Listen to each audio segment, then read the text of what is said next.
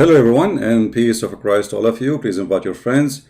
Look like YouTube have a problem, and too many people do not know that we are even live on air. They are not receiving notification. I'm not sure if this is done only for me, but this is how it is since yesterday. However, I have another issue. That's my internet is not the upload speed, not the download speed. The upload speed is not good, so we hope we will not lose connection. Otherwise, we have to redo the video again. Today, our topic is about an article published by an American magazine. It's called Newsweek. Now, the one who published the article is a very well-known person. This guy, he do nothing except promoting Islam. His name is Greg Constantine. And he claimed that he's not a Muslim, but obviously he is officially paid by Muslims if he isn't a Muslim. Because this guy, he writes nothing except promoting Muhammad and Islam. Nothing. You can go and watch his Twitter, his Facebook. He speak about nothing except Muhammad is amazing, Islam is amazing, the miracle of the Quran, etc. So this guy, he said, can the power of a prayer alone stop the Corona? And then he start, okay, so what is the solution? The solution, as you see here, Prophet Muhammad, as he called him, doctor, expert like etc. Dr. Anthony, etc. He said blah blah blah blah blah. Okay, do you know also suggested good hygiene and quarantine during pandemic? Who? Prophet Muhammad, 1300 years ago. Are you sure? So Prophet Muhammad, he taught us hygiene. I don't want to waste my time and your time, and I will try to make this video shorter because we will go live on air again. In the quality of life. Actually, I supposed to go in the quality of life first and then I come here, but we miss it. So we will go later in the quality of life, and those who like to join us, feel free to join us. The quality of life account, as you see in the screen, we have a topic, you can check it out, and we will go after we finish here. Now, this guy, he says, Muhammad, if you hear of an outbreak of a plague in a land, do not enter it. But if the plague outbreak out in a place while you are in, don't leave that place. Now, you see here, actually, this is a stupid thing to say, because if I am not ill and there is an outbreak of a disease, why I will stay until I get sick? This is number one. If you are saying to me that Muhammad saying that so you will not carry a disease with you, well, that is a stupid thing to say anyway, because he is saying if you hear of outbreak in a plague on a land, do not enter it. Do not enter that land. Okay, so Muhammad here, he claimed that he knew that this is a disease which can spread easy between a human being, and the purpose of not leaving it is not to carry the disease with you. But if you don't leave and you are not sick yet, then you will get sick and you will die. And then here we will see something very funny about Muhammad. Let us say that this statement is what they are practicing today, but isn't it every human being? He says, I have cold, don't hug me. I have cold, don't get close to me. Cold, just cold, nothing dangerous. Isn't it? This is something everybody knows. Don't come and visit me, I am sick. You will get sick too. I mean, this is very silly. I mean, this is not a science. This is something a human being knew for centuries and thousands of years. If you associate yourself with somebody is sick, you will get sick, especially if it's a contagious disease.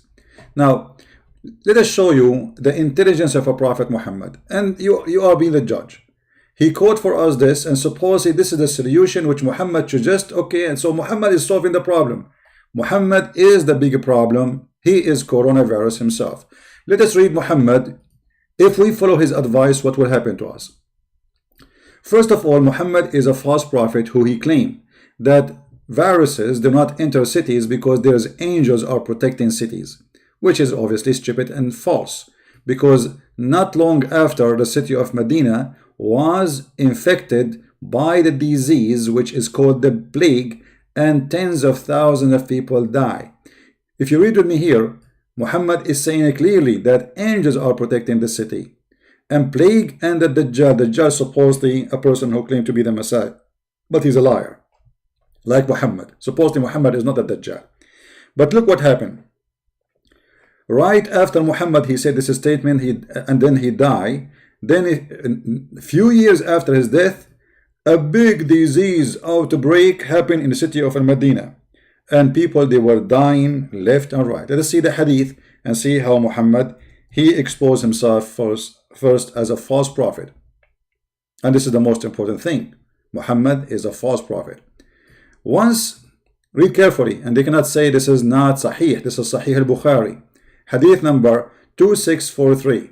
2643.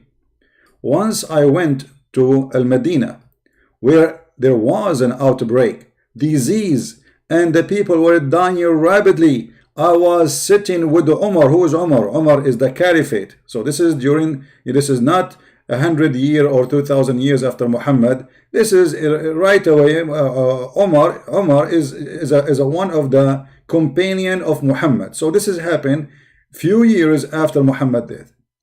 And as you see, the disease is spread in Medina, and people, they were dying, and Muhammad's prophecy come to be exposed that he is a false prophet. Now let us go to Muhammad teaching and hygiene. This is what they say in the article.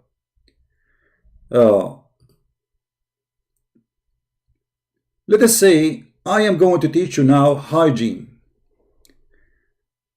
When you eat, do not wipe your hands till you lick it or had it licked by someone else.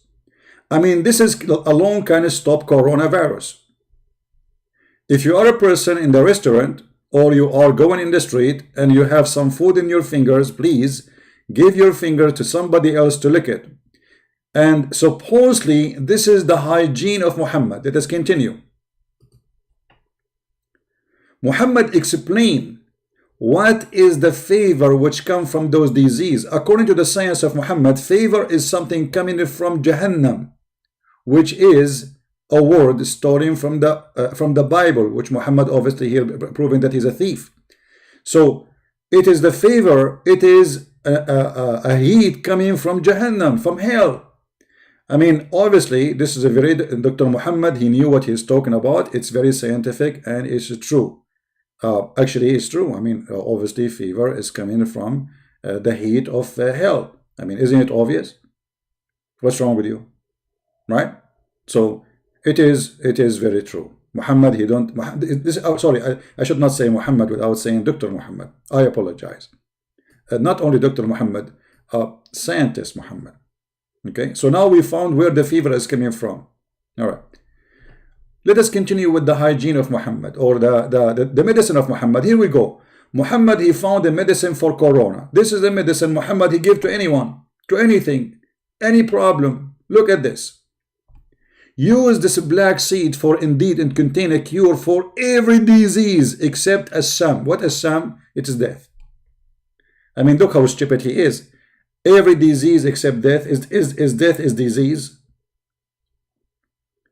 So Muhammad claimed that this seed, and let me show you the English version of this seed. Here we go. Here they are giving it to you. Abu Hurairah narrated that Allah Messenger said, in the black seed there is a healing for every disease except the death. And the black seed is Showens. I don't know if this is the correct translation. You can check it out. So now we do not need really to go and find a vaccine or anything for corona. Prophet Muhammad, he found one seed, have the solution for any disease, anything. You see, any disease, every disease. Muhammad didn't say this is good for flu. He didn't say this is good for fever, maybe your ear remedy, your eye infected. No. Muhammad is saying clearly this is for every disease, no matter what. Don't give me the name. I don't care. The name of the disease is not important. This is fit for every disease. So why we don't call Trump immediately, who is desperately trying to find a solution for this disease in America, in Italy, in Iran, in Saudi Arabia, in Egypt, people dying left and right, and here we go, the medicine in front of us. Why nobody is calling the doctors, the scientists? Tell them that we have the medicine. Any disease, you have heart disease, this will help you. You have a blood illness, yeah, this will. Do you have liver problem? This will help you.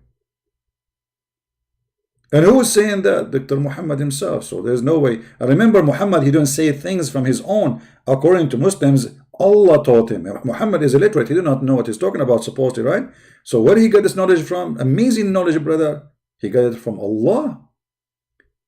And as you see, this is a very strong hadith. Muslims cannot say, oh, this is a rejected hadith.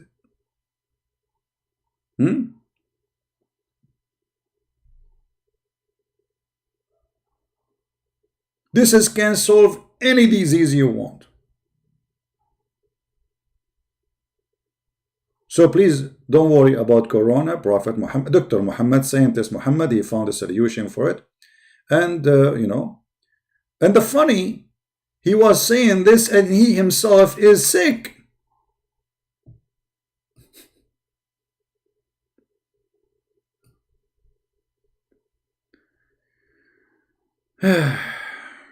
I mean, the guy Muhammad, he's always sick. And he is telling us what is the solution for sickness.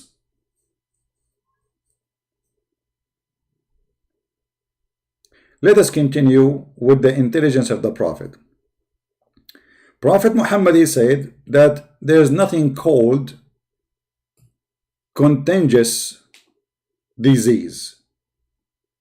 The Prophet SAWS FM shortwave, long wave, he said, there's no infection, no evil man. By the way, it doesn't say no infection, but no infection, you liar.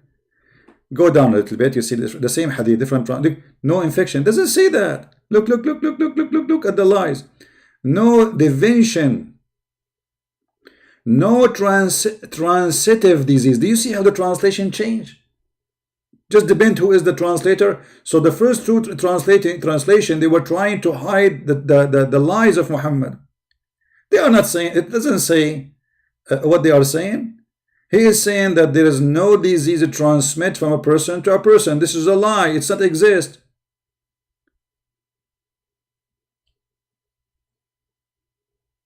There is no transitive disease, no divination, but good omen pleases me. Good omen. So this guy, he don't believe that there is a disease can be contagious, go from a person to person. He believes this is a lie. Yet he believes in good omen and bad omen. And obviously this is very clear science. I mean, we have to agree, right? And as you see, all those hadith are sahih hadith. They cannot say this is not true. So, but hold on. How Muhammad, he said, don't go to a place, have a disease, and then don't get out from it, because Muhammad is a scam. This guy, he says something, and then he obviously he's a fool, because either you believe that the plague can spread, or you don't believe in it. In this statement, he is saying you cannot believe in this. You cannot believe that you can get sick because of somebody else. Why is that? Because Muhammad, he claimed that all those disease, Allah, he sent it to you no matter what. Allah, he punish people. If you go in the Quran, you will find the Quran saying that Allah is the one who made people sick. Allah don't heal anyone. And this is not metaphorically.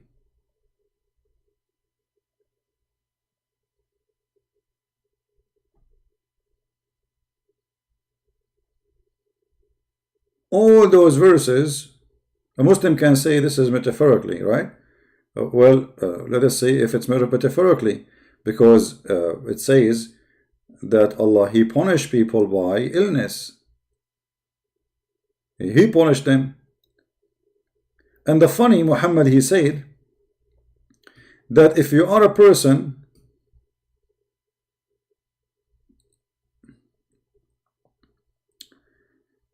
let me open a hadith.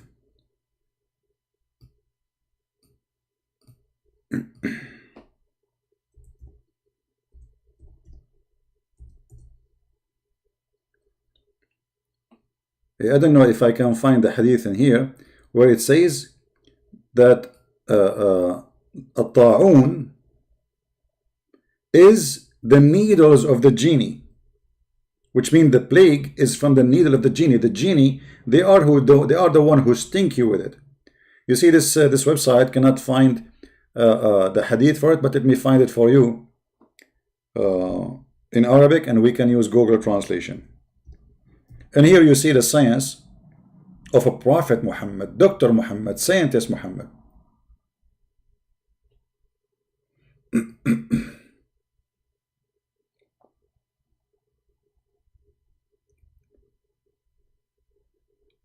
All right.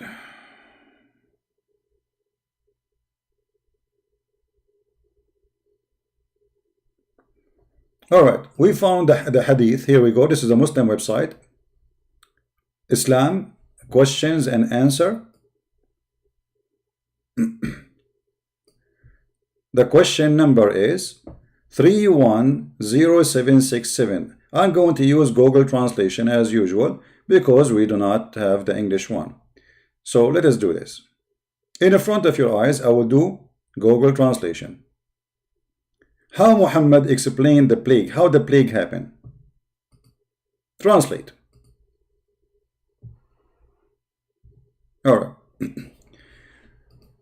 The question is, does the Prophet of Allah says that the plague is from the stabbing of the genie?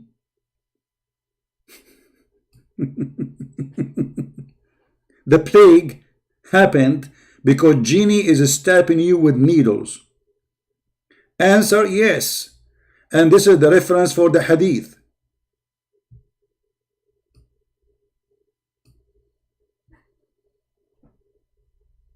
They asked Muhammad, what is at-ta'un, which means what is the plague? He said, it is the stabbing of the genie by their needles. قال وَخْزُ أَعْدَاءَكُمْ مِنَ الْجِنِّ. And if you die from it, you are a martyr. So why you are a martyr? Because the genie killed you. So now we understand where the plague is coming from. Because the genies, your enemy, they are the one who is stabbing you. You see, it says here, stab with a spear. So the genie, he have a spear in his hand, and you are walking down a street, and you have no idea, and then the genie, he put the needle in your ass, and then you got the plague. This is the explanation of Dr. Muhammad, and this is very, very scientific. I mean, who can refuse this? Can you? And as you see here, those are the reference of Muslims. This is not mine. Narrated by Ahmad, hadith number 19528. And this is your Muslim website, not my website. And here there's more reference and more hadith, more numbers, etc. So now, as long we found how plague happened, it is genie attacking us by their stab. This is why when you die from plague, you are a martyr. Makes sense. Let us see how we can stay with the I mean, amazing teaching of Prophet Muhammad. After Muhammad, he taught us that there's no such a thing. It's called a transitive disease, or a disease can spread like contagious by people. He refused to accept that. Then he come with something more nice.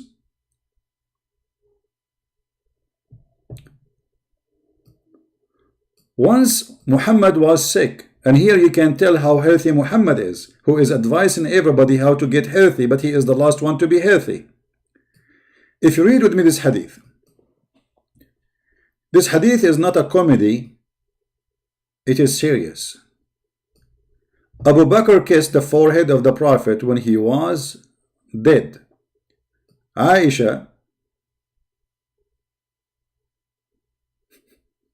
I mean, look at this hadith. Aisha said, we put medicine on one side of his mouth. Okay, hold on. The guy is dead and you are putting medicine in his mouth? The guy is not dead.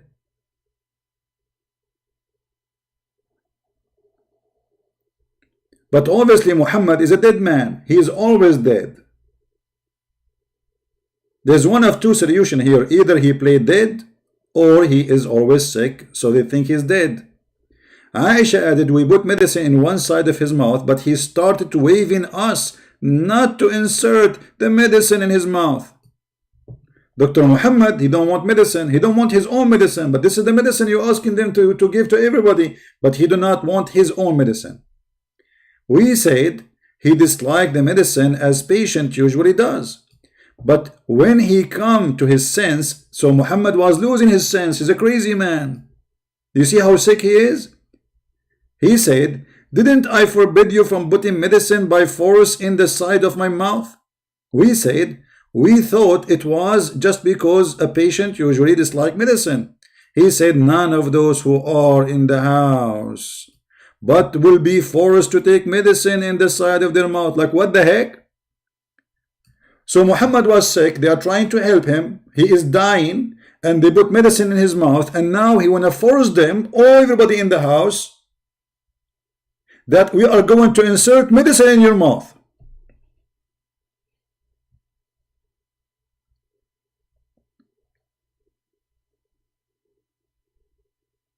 It doesn't matter if this medicine will kill you, it's not good for you, it doesn't matter.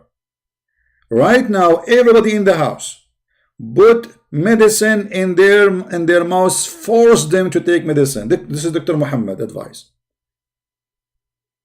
Alright? And this is Sahih al-Bukhari, as you see. So Dr. Muhammad, he is doing the right thing. We continue.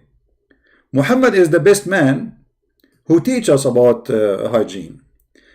Muhammad said, if one of you, a piece of his food fail in the ground, don't leave it for the devil. So what we do? Wipe it and eat it.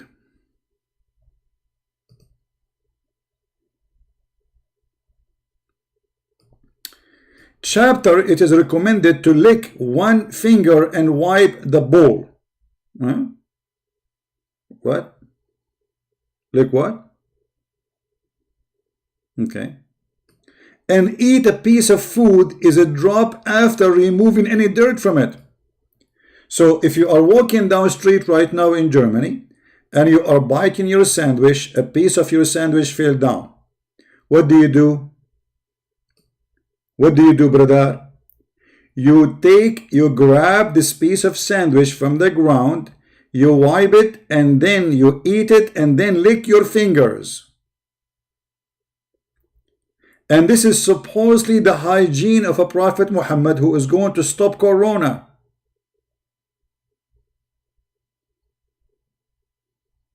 And listen, you have to eat it with 3 fingers, not with 4 or 5. 3 fingers. Trinity. When any of you drop a mouthful, he should remove anything filthy from it, and then he eat it. And he should not leave it for shaitan. Shaitan will eat it, brother. Shaitan, this is the worry now. Shaitan is going to eat it. I mean, are you going to feed shaitan? No way.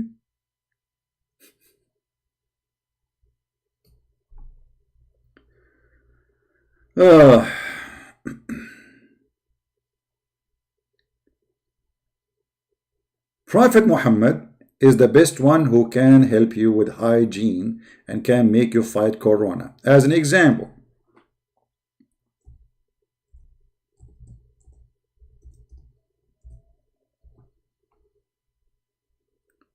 Muhammad believed that dirty water does not exist. So don't think you will get a disease from water, have somebody is sick with Corona. No. Or maybe a dog, he have Corona. No. Dead dog, he have Corona. No. Garbage have Corona. No. Because simply water is always clean. And Muhammad, he used to take a shower always from this filthy water. Read carefully. I passed by the Prophet, PBUH. This is like a degree in science, you know, PBUH. You know, Muhammad is always have to add things behind his name. They worship him. They don't dare even to say his name without saying those things. When he was performing wudu from the well of Buda, This is why they call it badaa, because it's garbage. I said, are you performing wudu from when garbage is thrown in it? And here you see the Muslim, they will say to you, brother, like there is 5 Muslims, they made a video to refute me. This video is refutation for the lies of a Christian prince. I want to thank brother Zawadi, and brother Tawadi, and brother Fotadi, and brother Tadadi, and Tadadi, all of those supposed to refute me. About what? They said in the video that according to scientific method, that if the water coming from the ground is going to be clean. You idiot, stupid. You donkey. First of all, this is not a well of water coming from the ground. This is a dry well. It have water in it because simply this is garbage water. This like a sewage. The houses, they don't have sewage, so all the water go to this little tiny hole in the ground, and this is dirty water. Obviously, this is why people are throwing garbage in it. Remember, we are in the desert, and people, they will not throw garbage in a priceless water unless it's the water already is gone, is bad, is used. So as you see, the man, he was surprising, saying to him, are you showering with water which garbage is thrown in it? Muhammad, he come with corona science, and he said, brother, water is not made impure by anything. So by the science of Muhammad, if you are a person who have a corona and you go and you take a bath in a bathtub, please don't let the bathtub water go, because 20 people, they come after you and they can use the same water.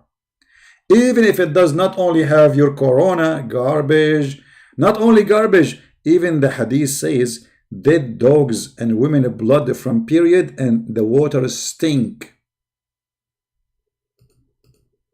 Do you see it? The people asked Prophet Muhammad, can we perform ablution of the well of Badaa, which is well into which menstrual clothed dead dogs and stinking things are thrown in it? He replied, water is pure, not defiled by anything. Now for sure, Prophet Muhammad, if he exists right now, or actually if we follow his footstep, for sure we will be saved from corona. There's no way corona can affect us. So when this idiot, he lied about Muhammad, that he advised us to stop corona, if we follow the steps of Muhammad, we will be all dead, as he died.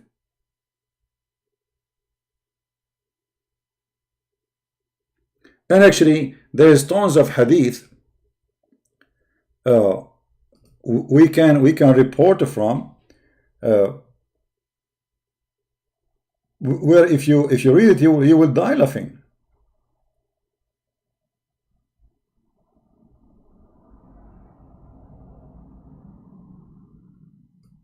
Let me see if I can find this one.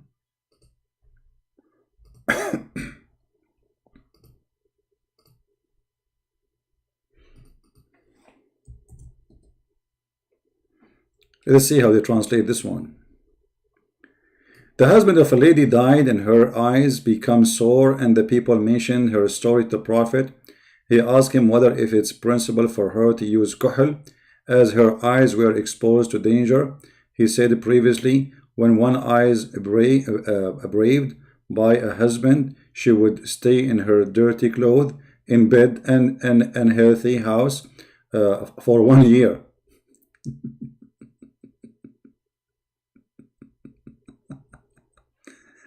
And when a dog passed by, she would throw a globe of dung. No, she should deserve to prescribe a period of iddah for 4 months and 10 days. What does this have to do? I mean, did you see what the question was and what the answer is? Let us see something else.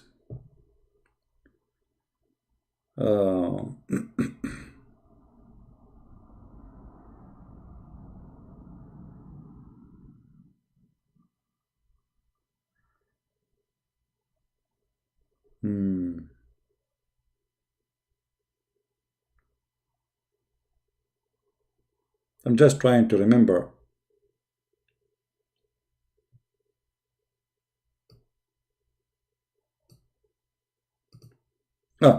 Let us see this one.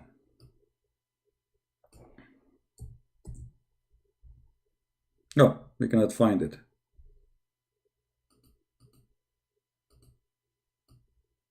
Let's try something else.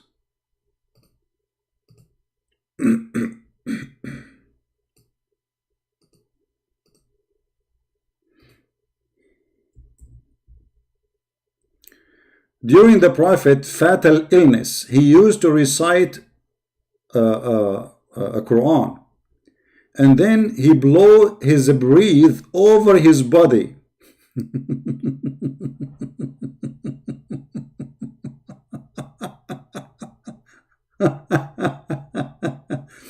And the funny it says that, and this is during his death. I mean, obviously the medicine of the Prophet was working. You read Quran, and then you breathe over your body. I'm blowing now over my chest.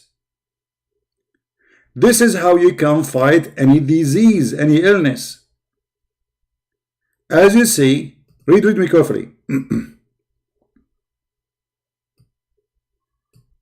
During the Prophet's fatal illness, he used to recite the surah An-Nas, which is very funny. It's about envy and blah blah blah, stupid stuff. And then he blew his breath over his body when his illness was aggravated. I used to recite those two surahs and breathe over him and make him rub his body with his own hands for its blessing.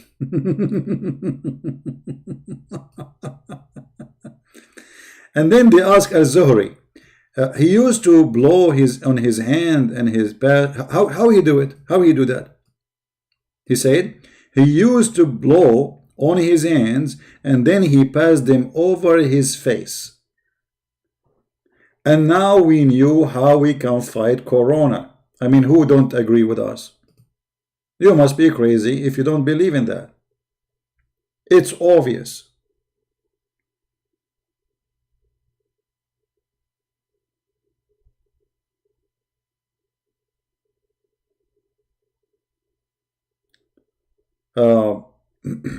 Let's see a different one. I mean, there is endless number. I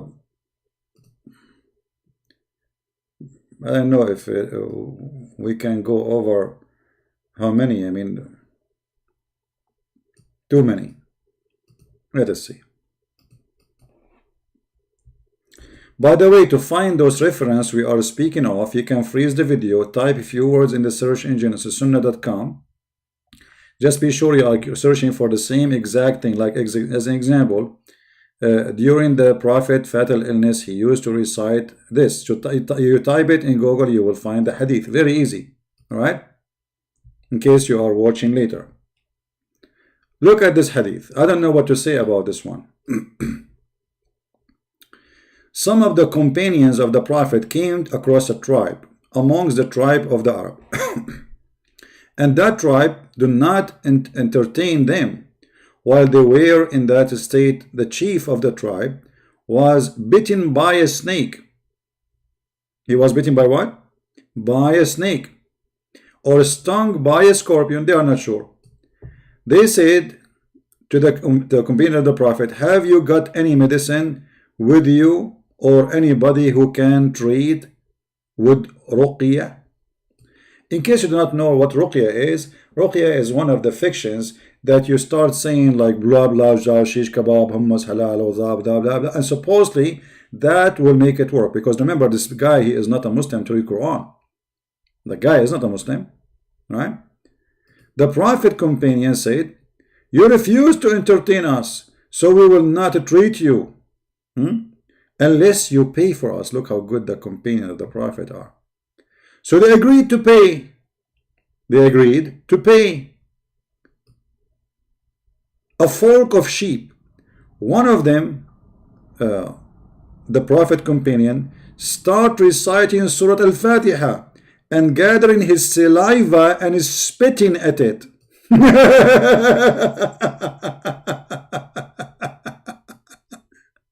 and the patient get cured. Guys, have you ever heard of a story like this? When the disciple, they heal somebody is sick, you have to pay us, okay? If you don't pay us, we will not help you. And then how we heal you? We read Al-Fatiha and then we spit and we put it in your, and supposedly the guy got healed. The patient got cured and his people presented the sheep to them. But they said, we will not take it unless we ask the Prophet whether it's lawful. Now, look how decent they are, you know. How do you know? And then, when we asked him, he smiled.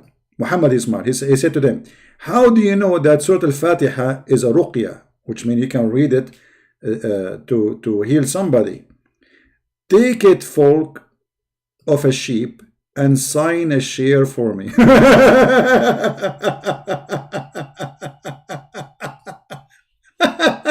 What a fraud.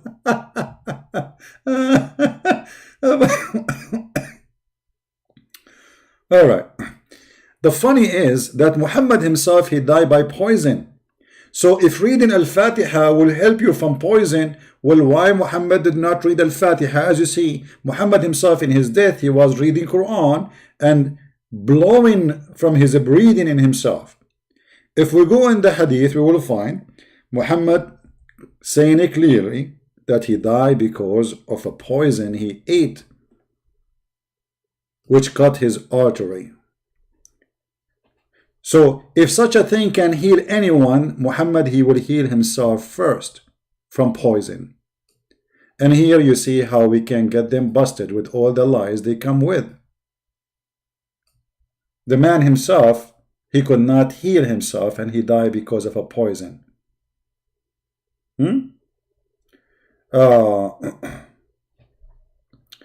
Muhammad always, he believed in the envy of the eye. Now there is many naive people even in Europe believe in this garbage. The envy of the eye. And this is coming from pagan belief long before Islam. Look what Muhammad he said.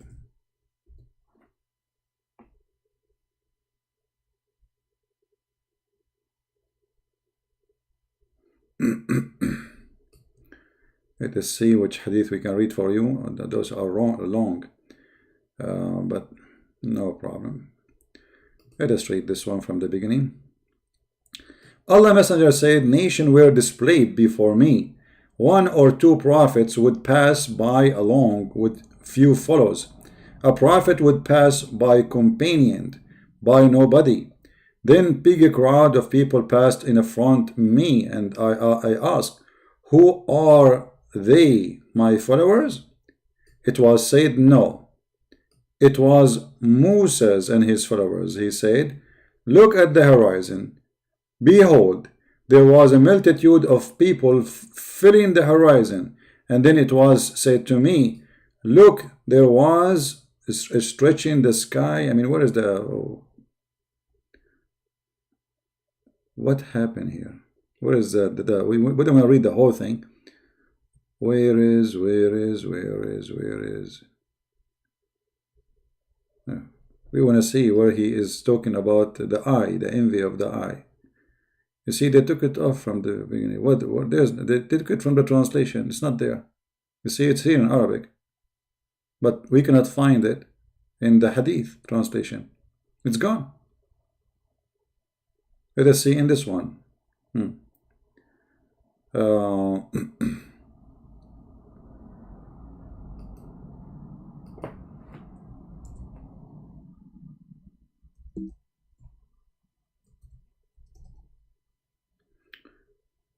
Here we go.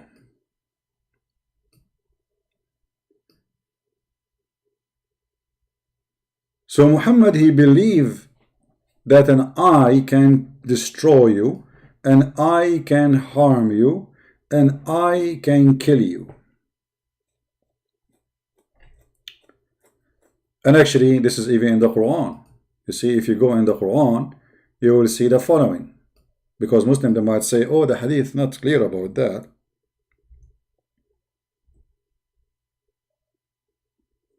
Do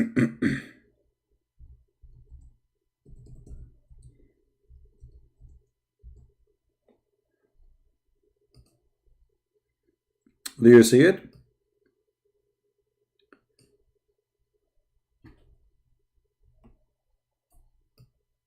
This is Muhammad's superstition, belief, and this is simply the doctor Muhammad, the scientist Muhammad, who believe that somebody he can do witchcraft to you by blowing by the knot.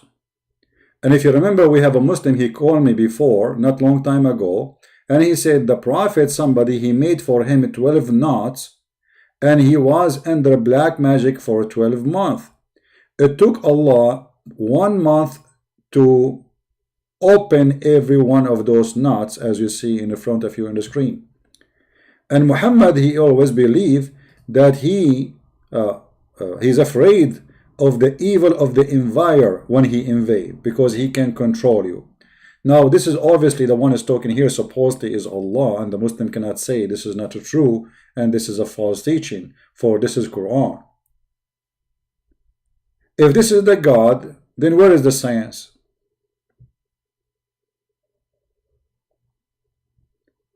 And the funny, the Muslims, they say that Muhammad himself, he was under witchcraft, and he was imagining himself having sex, but in fact he was not, which means whatever happened to him, for sure it's not witchcraft, but it is Muhammad mentally ill.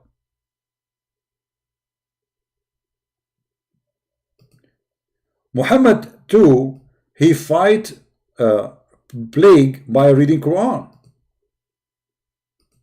If we go in the hadith, I don't know how many hadith I have to show you. I mean, it's endless.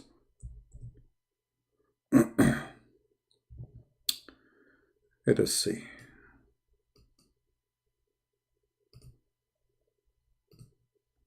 Too many.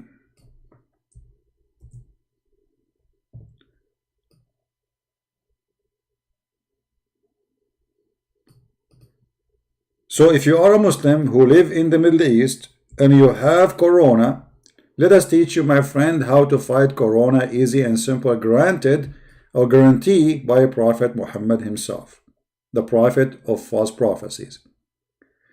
I ask Aisha,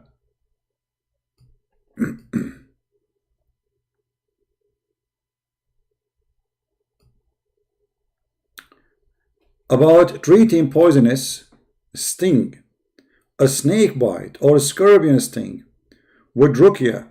She said the Prophet allowed the treatment of poison sting with ruqya, which means reading Quran. This is one hadith. Let's see the other one.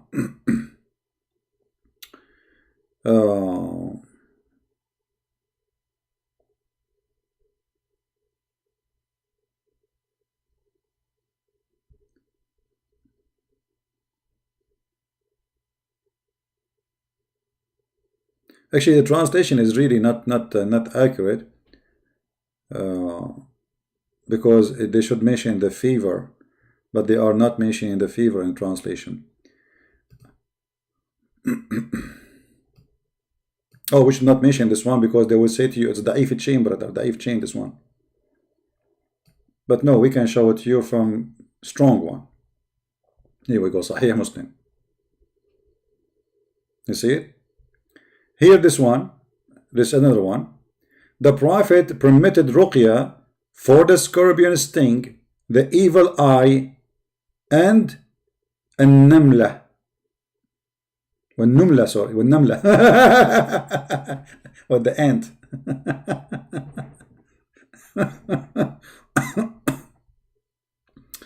The Prophet said no spell is to be used except for the evil eye or a scorpion sting.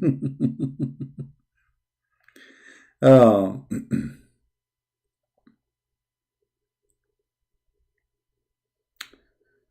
boy.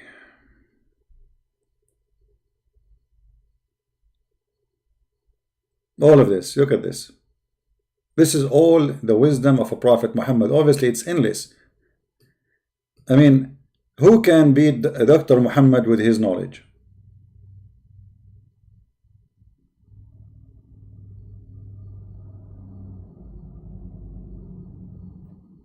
Huh? Nobody. Uh,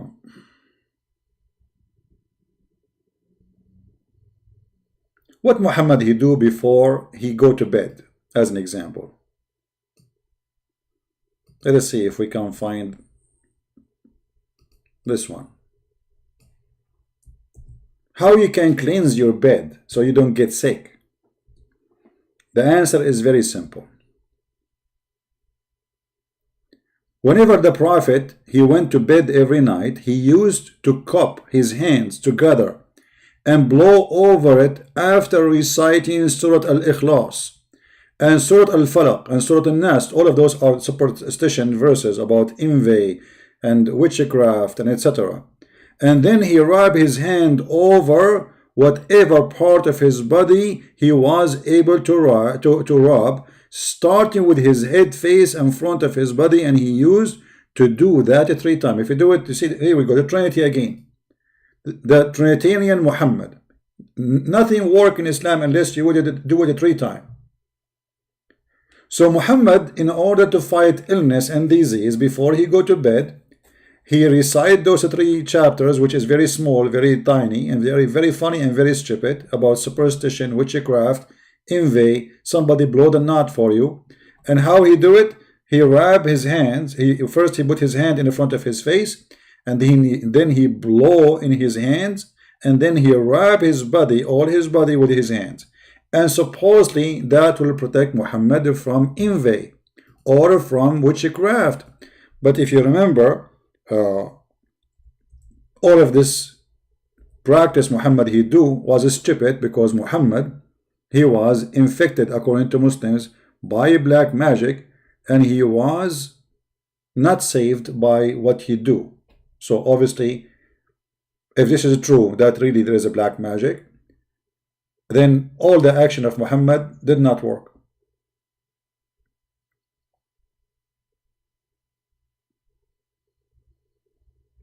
Did not work.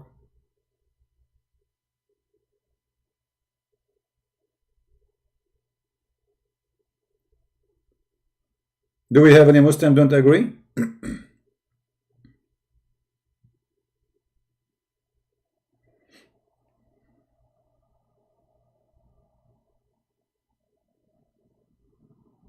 Anyone? Now, for sure, we can show you endless, as an example, lice and bad insect, they will not give you diseases. This is simply a test from Allah. And this is a special test for Prophet of God. Because Muhammad used to be full of lice and insect in his panty. So he claimed that this was a test from Allah for the Prophet. Affect only prophets. Messenger of Allah, they said to him, which people have the greatest affliction?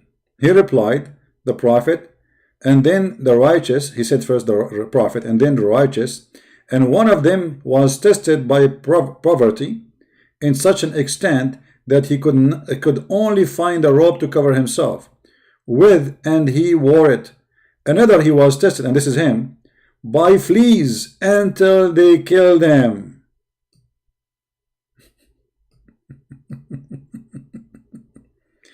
So the reason to have a fleas is not because you are dirty, you are not washing yourself, washing your clothes, washing your body, no. But because Allah, he sent the fleas as a test to you. And this is obviously true. Right? Do we have any Muslim want to say anything?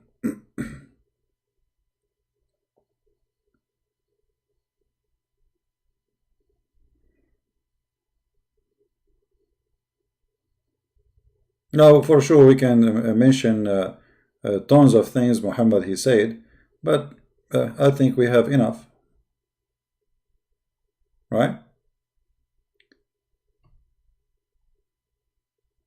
Any Muslim have a comment?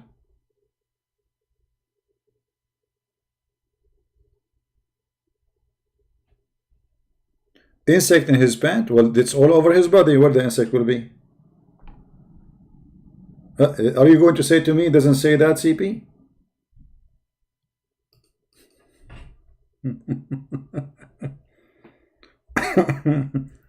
It doesn't say that, CP. It was in his head, CP.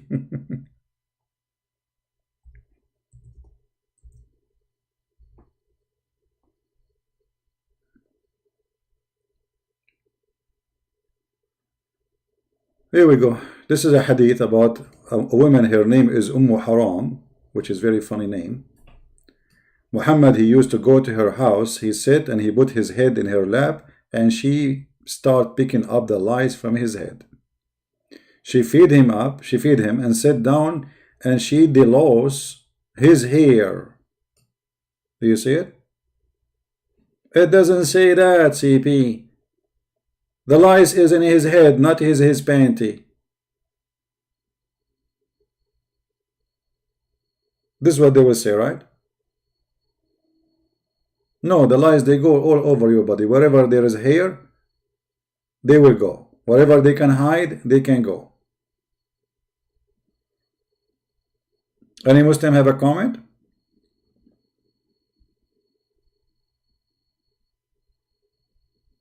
Actually, there was a lie. She was going to write a book about Muhammad because she was there down his private part and she witnessed a lot of things. So, like she as I know, she told me the lies. She will call it the memory of a lice in the prophet panty.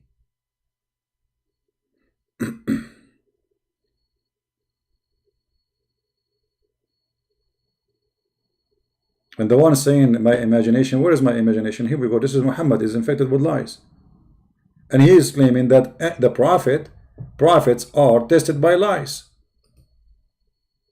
So what imagination you are talking about? What is the imagination?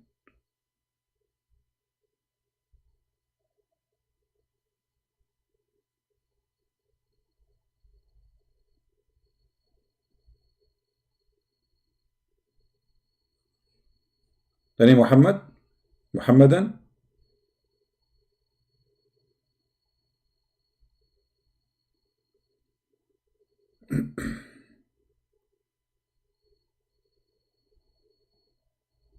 Anyone?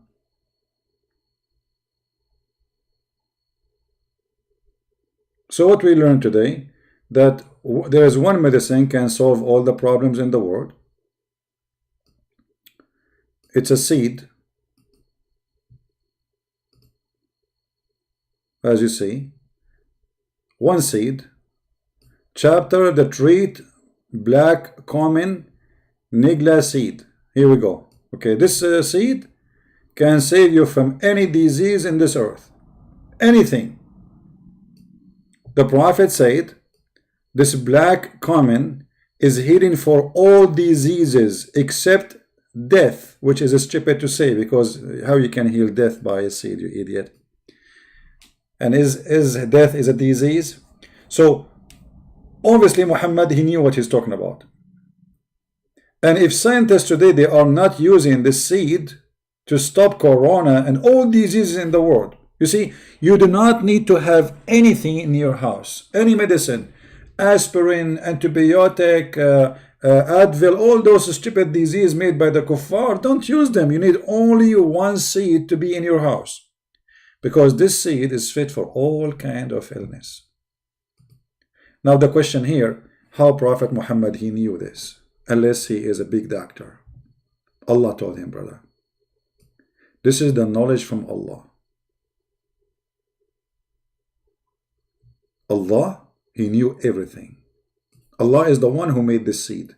And in this seed, he put healing for any disease in the world. Actually, I will tell you my own personal experience. I used to have few diseases, which is heart problem, liver problem, kidney problem, hearing problem,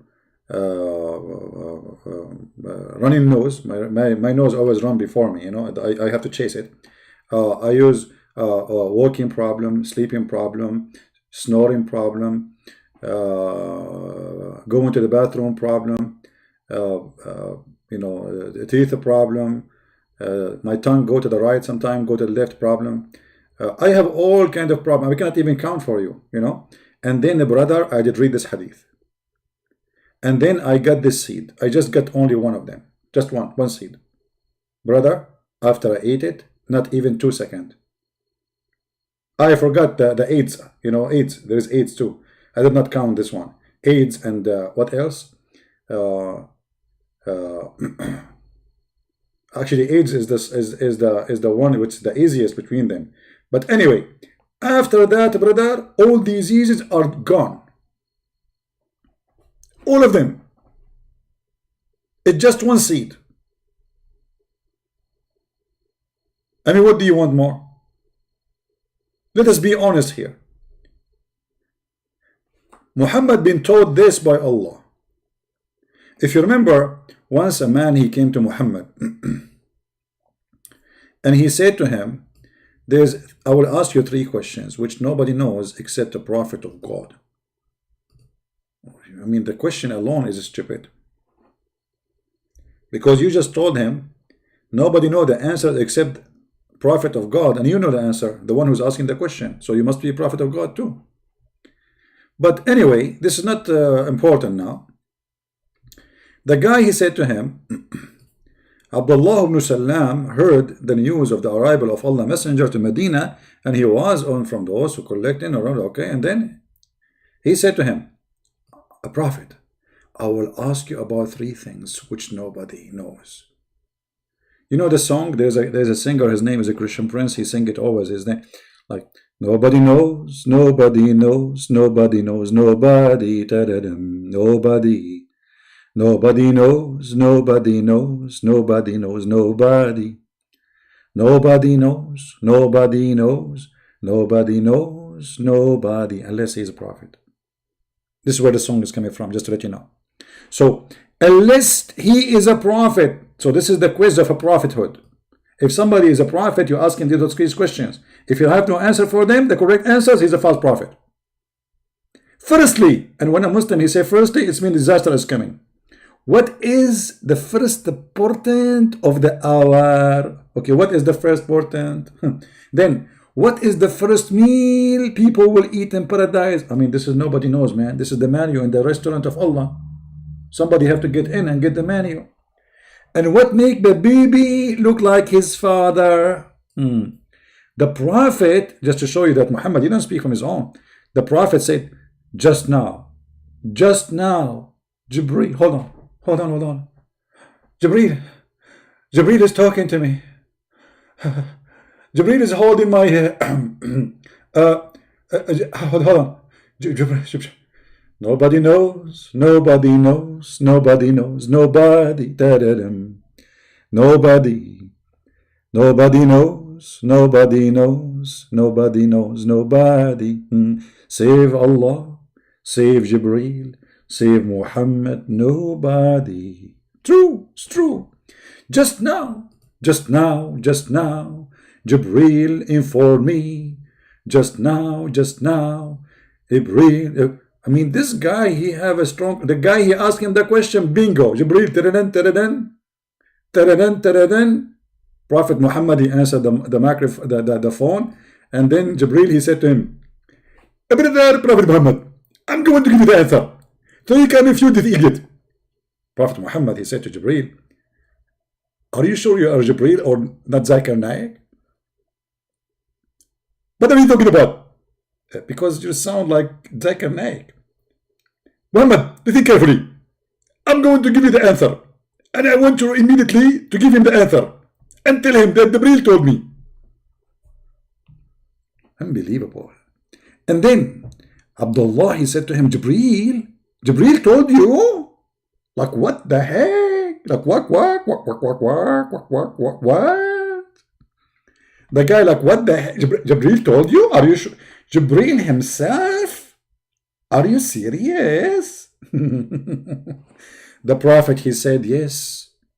Abdullah, he said, he is among the angel of the enemy of the Jews. Now the Jews, they hate Jibreel. Why?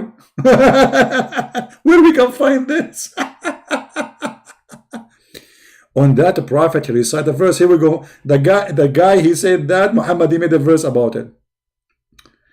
And whoever the enemy of Jibreel, let him die in his furry. Furry? May Allah furry you. Okay, then Muhammad, he got the answer now. Forget about that, Muhammad, he gave the answer of Jibreel. As for the first portent of hour, it will be fire that will be collected people from east and west. Okay, we can let this one go because there's no way to prove it true or not. And as for the first meal of people of paradise, it will be the coated loop of the fish liver. Anyone knows why? Why he says this? Because the Arab, they believe that this part, if you eat it from the whale, this is whale, by the way, not fish. The translation is false. You will have a very strong, like sexual. It's like a Viagra. So Allah, right away when you go to heaven, He will give you this part of the whale to eat it. So you get ready. The women are waiting. And as of the man, now he will tell you the third question: how the baby look like his father or his mother, which means boy or a girl. Muhammad, he come with the answer. It will be, okay, then he says, and as for the child, and if the man discharge proceed that of the women, then the child resembled the father, and the women, if the women discharge proceed the man, then the child resembled the mother. This is science. And remember, Jibreel just told me. Jibreel just told me.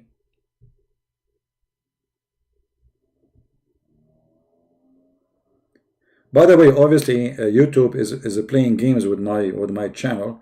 I have tens of thousands of subscribers, so there is no way, because nobody received notification, nobody can see my page, nobody can see even the video is listed.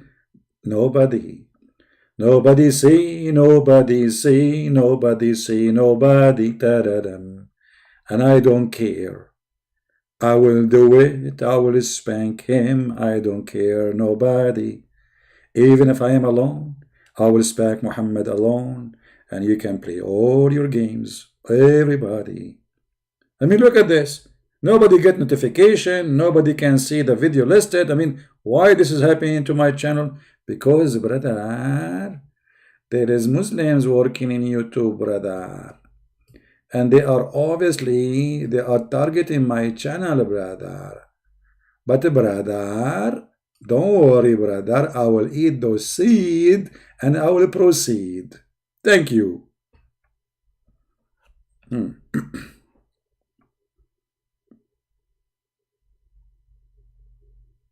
What do you think? Make a CD. What are you talking about? I have many CD in the market. Let me sing for you this CD. This is a new one. Nobody heard it yet. Not even a single person heard this song yet. Trust me. Firstly, this is a song which nobody heard, and you will get the honor to hear it. Nobody ever. Okay, are you ready? Nobody know, nobody know, nobody know, nobody, ta-da-dum, nobody know, nobody know, nobody know, nobody, nobody know, nobody. This is the first time I sing it. This second. I just sang it 5 minutes ago. Oh, this is a different one. This is different. Just shut up. Actually, I have a newer song which I'm going to share with you only. Don't share it with anyone, please, because we did not even put it in the market. Okay. I don't know if I should share because the publisher, he might be upset from me now. Nobody know, nobody know, nobody, ta-da-dum. Nobody know, nobody know, nobody, nobody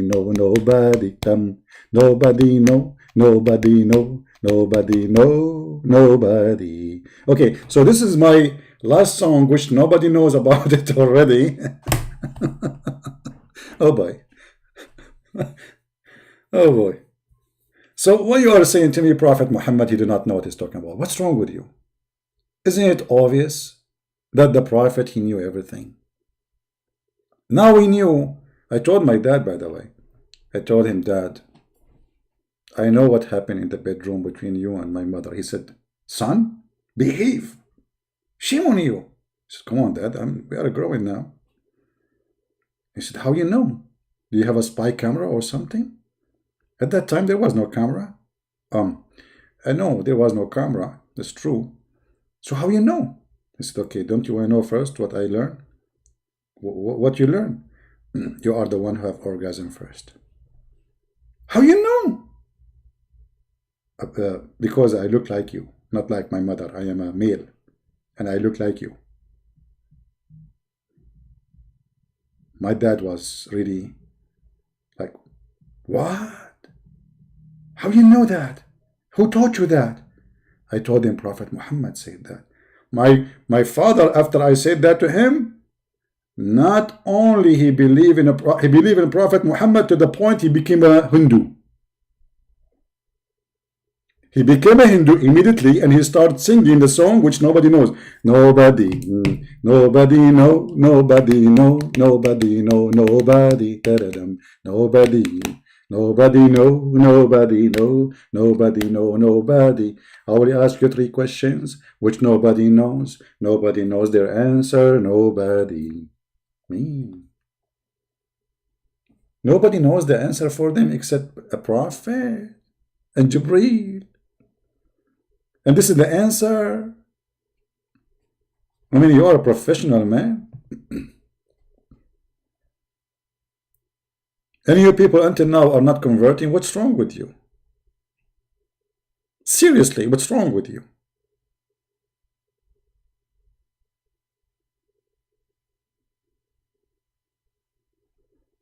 Your song, my song will be in your head?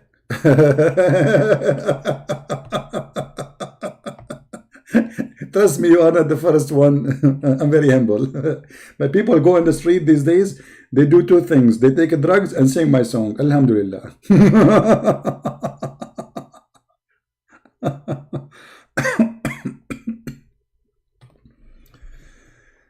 Oh. Reduce your quantity, CP? How I can reduce that? What does that mean? Hello? Don't remind me. Yesterday we asked a guy, his name Ultimate Fort. We said to him, there is elephants in Yemen. He said, yes, stupid CP, in the zoo.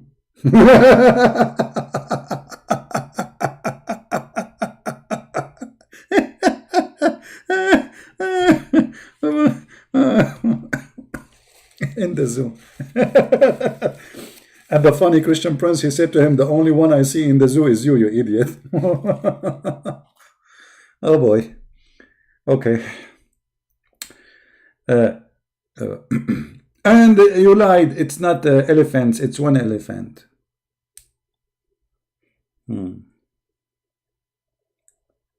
I ask all the stars to debate me. They will debate me, but I have a condition. Before they debate me, they will sing the song. We have to sing the anthem of the debate. Nobody know, nobody know, nobody know, nobody. If they say it's not Islamic, I will show them. Here we go. It says here, read carefully. Read carefully. I will ask you about 3 things, which nobody knows, nobody knows, nobody knows, nobody. Do you see the words? Me and Prophet Muhammad, we have a partnership in this song. I did not make it my own. I cannot claim this honor. Like, hello?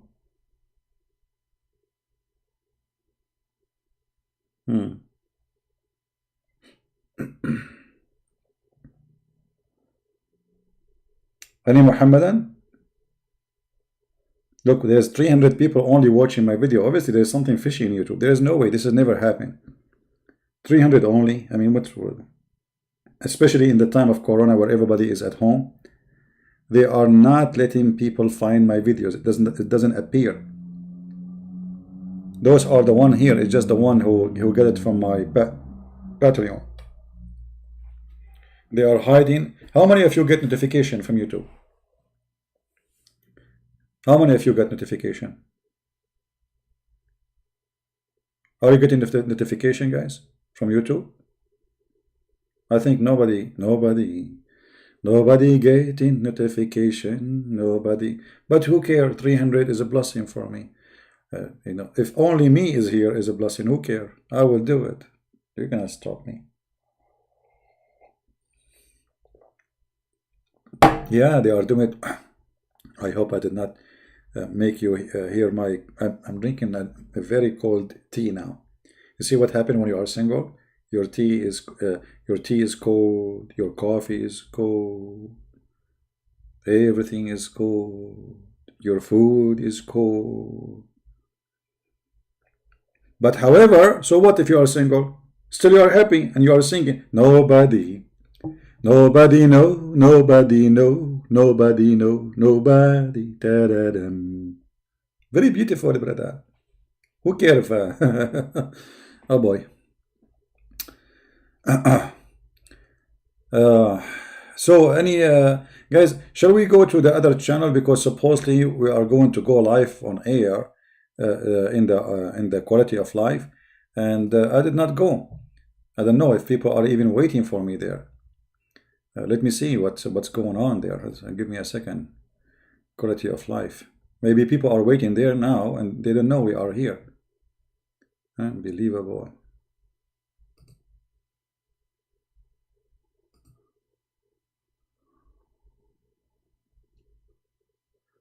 Yeah, there are 7 people waiting there. No, actually, look like maybe it's the same people. They are here. They are. Maybe we will do it tomorrow. We will do it tomorrow. Yeah, we will not go to that channel today. We will go tomorrow. You see, now because of Corona. You see, by the way, Corona is very ugly, but in the same time, we learn a lot of things from this Corona. You see how Islamic propaganda, they try to use anything, even evil time, to promote their evil God and evil prophet. Secondly, Corona is able to help us to understand that those who don't believe in God, they have nothing to depend on. As you see, all those scientists, they are in disability in front of a stupid virus. So what if next a year or 2 years from now we have 5, 7 viruses more aggressive than this? What will happen?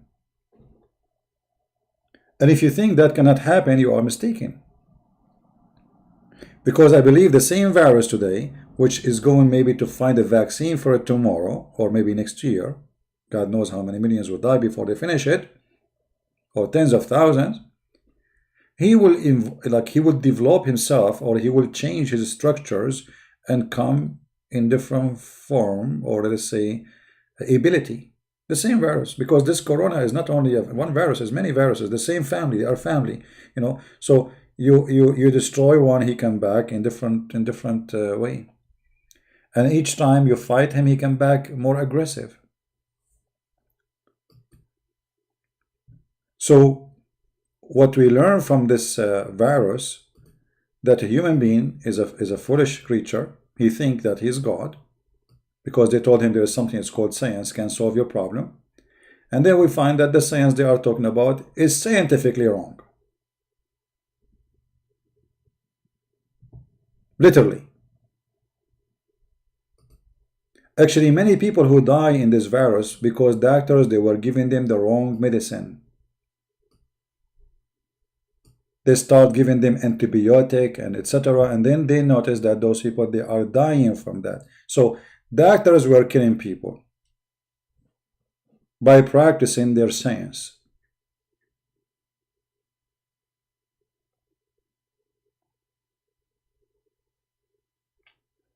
By the way, I want to give you a tip. I'm serious about that.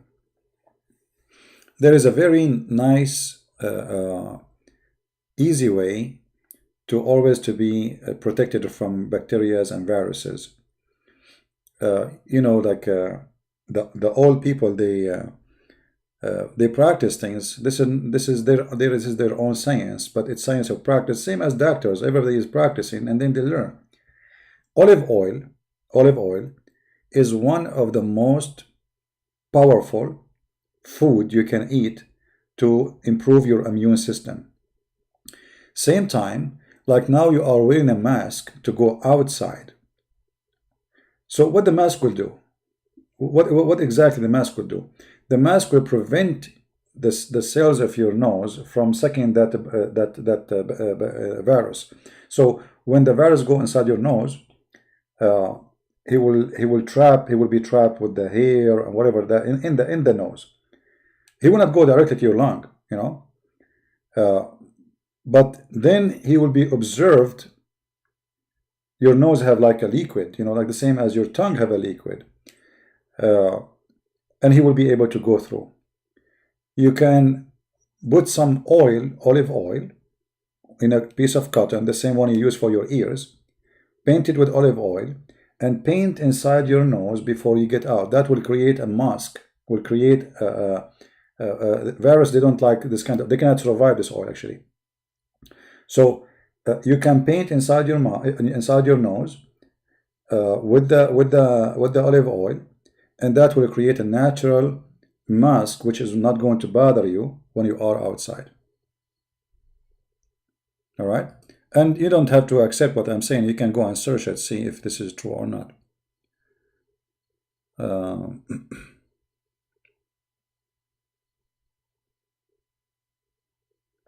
Yeah, real olive oil, the extra virgin, not you know. This is why I was saying when we say olive oil, we mean olive oil, nothing else. When we say olive oil, it have to be pure olive oil. Yeah, actually, you know, I told you I have my arm is hurting me. At first, I thought because I lifted something very heavy, because sometimes I carry really heavy duty stuff. But it turned to be, look like it is because I'm sitting in the computer for long and my arm in a certain position. So my muscles are inflamed. And I spoke to my mom and she said, what is the best medicine for this case? Do you remember? I said, no, I don't remember. She said, olive oil. So my arm was really hurting me so bad.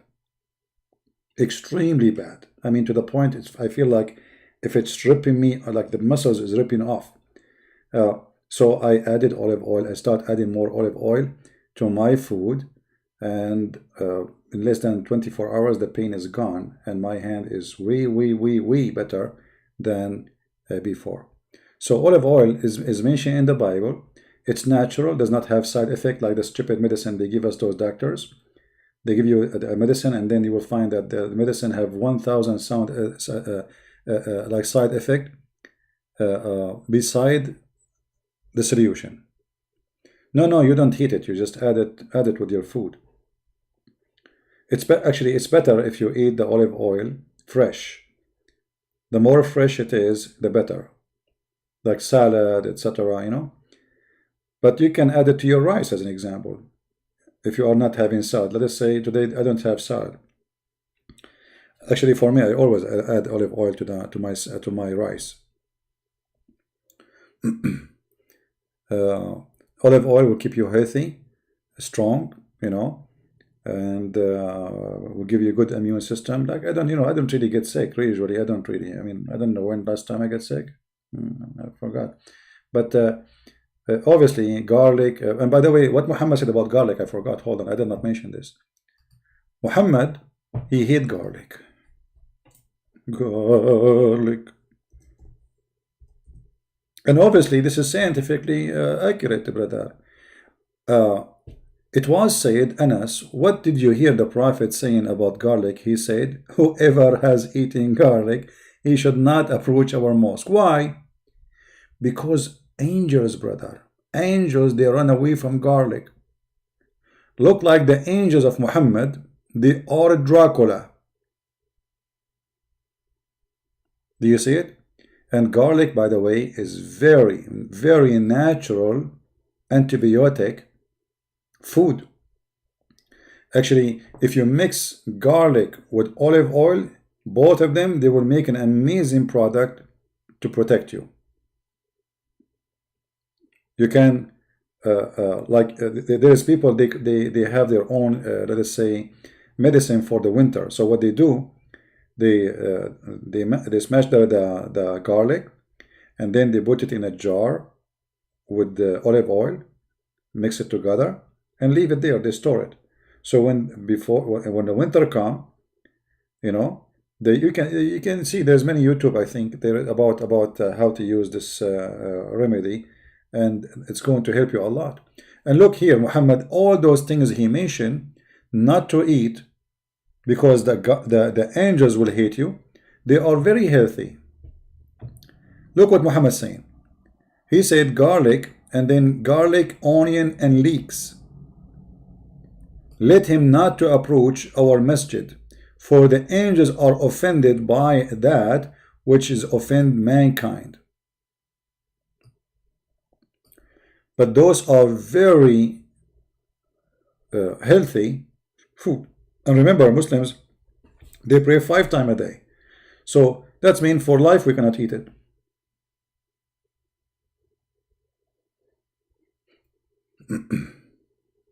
For a lifetime. Garlic is very important actually. If you can eat every day 1 or 2 pieces of garlic, it's good for cholesterol, good for your heart, good for your immune system. It's antibiotic. It's very good, you know. And yeah, another thing to increase your immune system, to get a more powerful one, eat yogurt. See, yogurt they are bacteria, and because they are bacteria, let's say there's a competition. Yogurt is a good bacteria, and there's a bad bacteria. So the good bacteria will go in your stomach and will destroy the bad bacteria. So yogurt is very good, olive oil is very good, garlic is very good. Many of those things we should always keep in our food diet, and that will give us very better immune system. All right.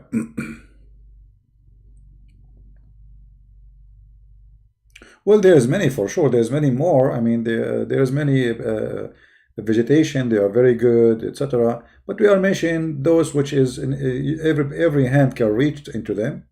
I mean, you do not need because you see in some countries there's not everything is available, right? So olive oil usually exists everywhere.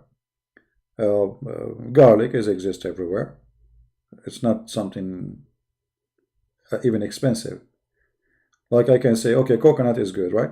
But not everybody can afford to buy coconut because in some places it's very expensive. Some places it's very cheap, like in the Philippines. In the Philippines, if you go in the province, you will find the coconut in the tree. And in the street, nobody even pick them up. Can you cook the garlic? Garlic is better if you eat it fresh, but you can cook it, why not? But you will lose some of the benefit when you cook it. Anything you cook from vegetables, you lose some benefit. Anything. But but you should always, especially now, cook very well meat. You know, you have to cook it very well to be sure that there is no bad things inside.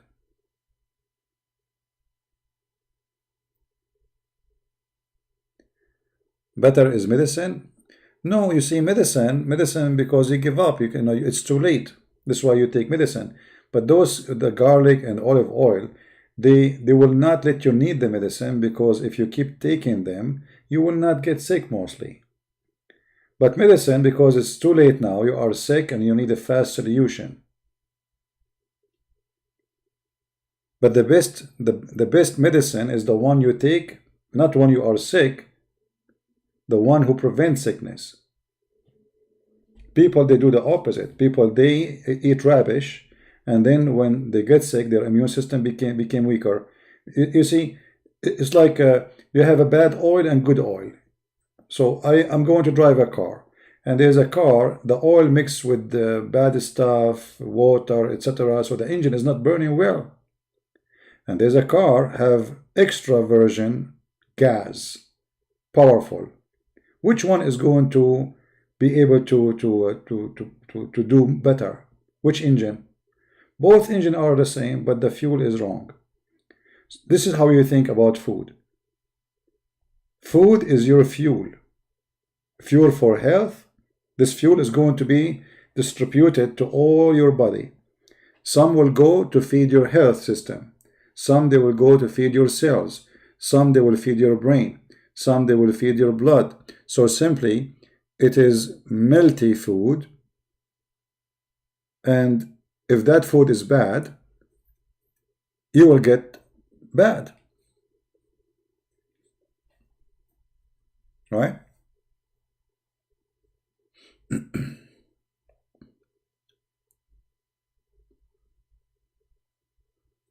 Milk is so cheap in USA. Depends on the location, actually. In like the location I am in right now, it's not really cheap compared to the other location where I live. It's almost 3 times more than that location. Yeah, but still is cheap compared to other places. Yeah. And by the way, I make my own yogurt. Maybe one day I will show you how I make my yogurt. All right, which is very simple, by the way. I mean, you can do it yourself. It's very simple. You bring whole milk, which means not the milk which is taken the fat from it, a milk which is not touched by any processing, and then you boil it. Be sure when you boil it, you keep like moving it so it doesn't burn. And then you have to wait until it cools down, until it is the temperature of your human body, same as your body temperature. And then you bring some little garlic, you mix it very well with it, cover the pot, keep it in a warm place, wrap it with some, if you live in Indonesia, you do not need to wrap it with anything, it's warm there anyway. Just keep it in a warm place, and come after 10 hours, you have yogurt. That's it. As simple as that. I never buy yogurt, actually. I only buy yogurt if I want to make yogurt like first time. Let us say I am out of yogurt and I want to make yogurt. So what I do, I just buy a little container of yogurt to make the big yogurt.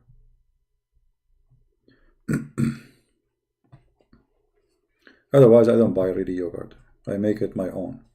And it tastes way better than the one they make it in the store, because in the store, they add things to the yogurt to make it more solid. It's not really pure yogurt. You see, all the yogurt you see in the store is not really pure yogurt. They add things to the milk to make it more solid. Right?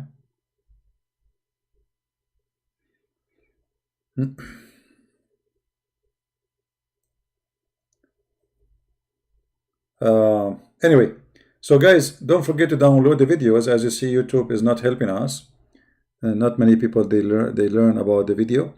And I will change the timing for broadcast for quality of life into tomorrow, because obviously today it's too late to do it. Any request? Anything? Oh, I forgot to tell you, I have a song I did not share it with anyone, which nobody knows about it. And when I say nobody knows about it, then nobody knows about it, you know. But because you are my family and my friends, I will be happy to share it with you. But please don't share it in YouTube or in Facebook or etc. I want it to be private, just between me and you. All right. The song is nobody, nobody, no, nobody, no, nobody, no, nobody, da-da-dum, nobody, nobody, no. That angel's afraid of garlic. Nobody, no, nobody. Nobody know, nobody know, nobody know, nobody, nobody, nobody know, nobody. Oh boy, I mean, how the prophet knew this? I cannot believe it, man. Oh. So these angels, they are afraid of garlic too, not only from dogs, not only from pigs. Garlic and onion and leeks, may Allah leak you. And I was wondering why Muhammad is afraid from the scandals of WikiLeaks. What's wrong with this angel? I mean, what kind of angel this angel is? If little onion scared the hell of you, you idiot.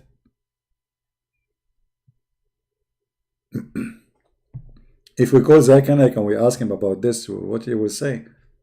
Good Prince, first of all, I'm a big fat liar. It's one elephant, not many elephants. Zakanak, we are not talking about the elephant now. I don't care.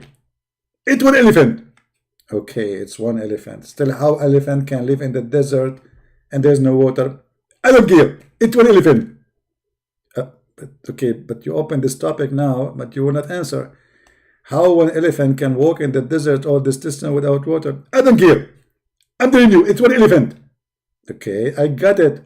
Zakir Naik, is it true that the name of the elephant is Mahmoud? Exactly. How the name of the elephant is the same as the name of your prophet?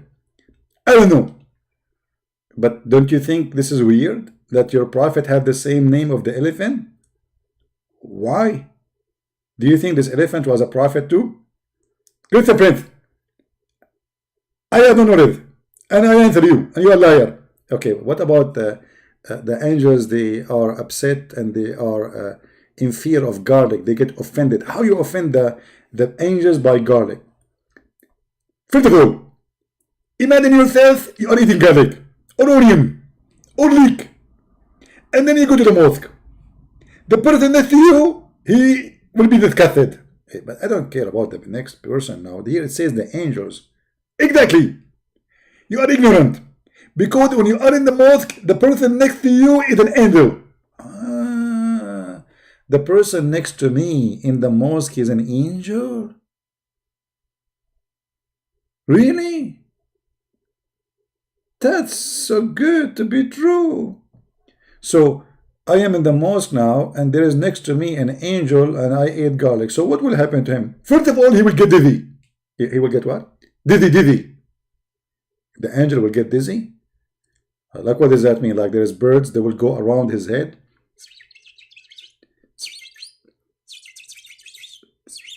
Exactly. But why the angels will get dizzy? Because of the garlic. I mean, what the garlic did. Christian Prince, you are stupid. I am doctor. Garlic is antibiotic. And the truth is, it is anti-angel. Not only antibiotic. The garlic is antibiotic. Yes, you can do. And they will never enter your house. So how the angel of death will come to my house? I will eat garlic every day. Christian Prince, this is a good question. I never thought about it. Yeah, because angel of death, he is the one who will take my soul, right? So if I eat garlic, he will never get close to me. So how he can do it? And this is why I'm going to share with you a song which nobody knows. It's called Nobody. Nobody know, nobody know, nobody know, nobody. Nobody. Nobody know, nobody know, nobody know, nobody. Nobody knows this information. Nobody knows this information. Nobody knows this information. Nobody. You can find our CD in www.garliconionleaks.com. Angels get screwed. I mean, what kind of angels they are offended by a garlic? Did you watch Dracula movie, brother?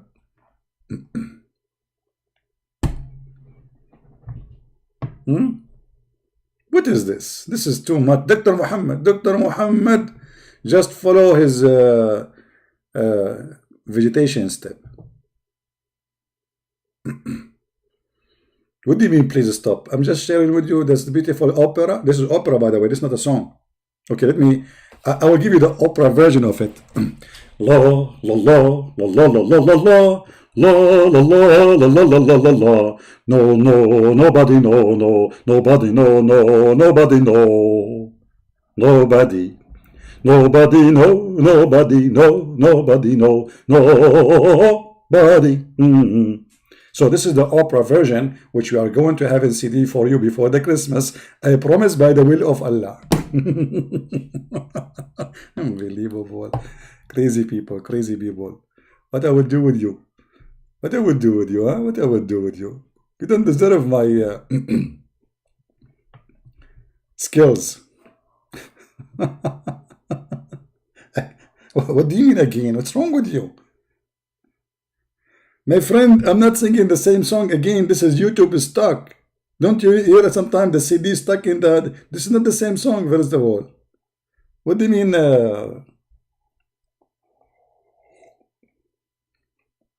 Actually, my voice is tired, you know. because I drank too much coffee today. Coffee hurt my voice. Hmm. So, do we have any Muslim in the chat? Not even a single Muslim? Not even one? Hmm.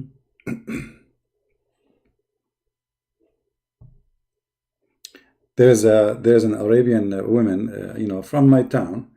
She wanna make cake, so she got a CD teaching her how to make cake. She turned the CD on. It says, first of all, get 20 eggs. Now break an egg. Break an egg. Break an egg. Now the woman, she is breaking eggs, and then she is out of the 20, but the CD keeps saying break an egg. She called her husband. He sent her more eggs. Break an egg. Break an egg. Husband, please send more eggs. We are out of eggs. The CD keep going saying break an egg. And this is what Muslims do. Avoid garlic. Avoid onion. Avoid leek. Break an egg. Break an egg. But nobody will ask himself why. I mean, shouldn't you stop and see what's happening? How in the world can be an advice of a prophet? Is it really the angels is offended, or Muhammad, he don't like the smell and he is making up lies?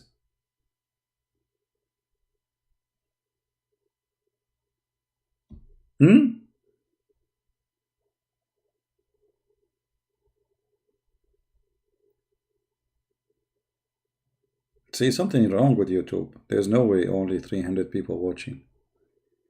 It's impossible. Especially I'm singing opera. I mean, you see, if I did not sing opera, I will accept that if there's only 10,000 watching. But I sing opera.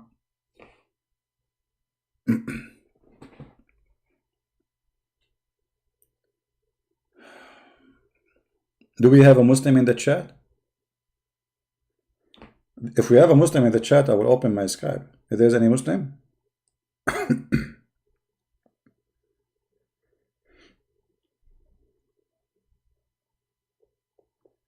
We have a Muslim? Okay, let me open my Skype if you like to call me.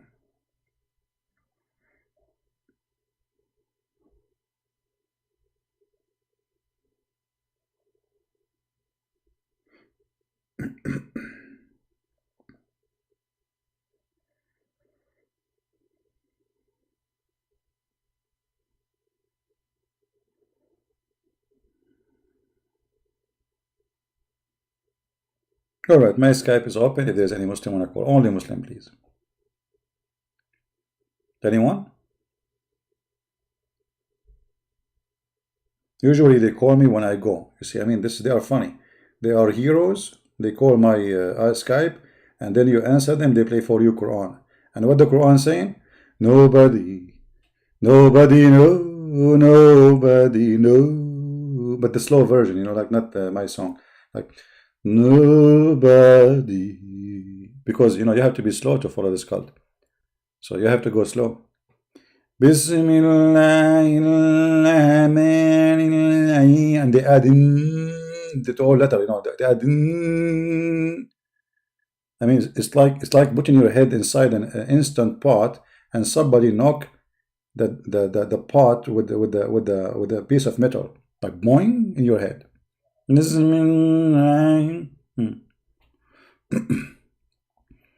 So do we have a Muslim want to call me? We go, hey, get in Skype. So what is the Muslim?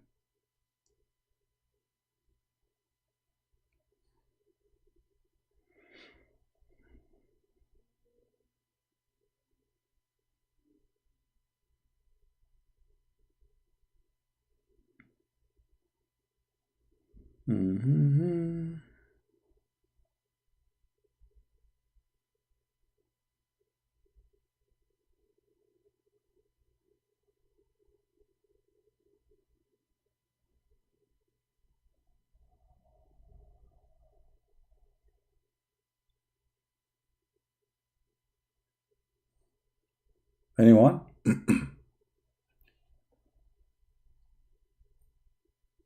So you made me open Skype, go in Skype. Do you know how? Okay, I will tell you how hard the process to go in Skype. You go in Skype, you put your username, password, and then you have to say Inshallah. Because if you don't say Inshallah, you will enter into half Skype, not the whole Skype. You remember the story of a Prophet Solomon when he said, I'm going to have sex with all my 99 wives, but he forgot to say Inshallah, so he will make them pregnant. But he forgot to say Inshallah. Here we go. He got only half a child. So you made me go in Skype, and I forgot to say Inshallah, and now I have half Skype. Who wanna half Skype me? Is it true, Muslims, that if you don't say Inshallah, you cannot make your wife pregnant? Is that true? Brother, do you think if I say Inshallah to my wife, I'm not married, but when I get married, Inshallah, brother. So if she take off her clothes and now she took off her panty, do I need to have sex with her, or it's enough just to say Inshallah and she will get pregnant? I mean, obviously, there's no need for sex. Just say Inshallah, she will have a baby. Hey wife, take off your clothes. Why, honey? Because we want to have a baby. Hello? Okay, I'm so excited. You did not do it for a long time. Keep it dreaming. I will never do it. So what you will do? I will say Inshallah. Unbelievable wisdom. This is very wise. The Prophet, how he knew this? How the Prophet, he knew that if you don't say Inshallah, you cannot make your wife pregnant? You tell me. It's impossible unless he is inspired by God.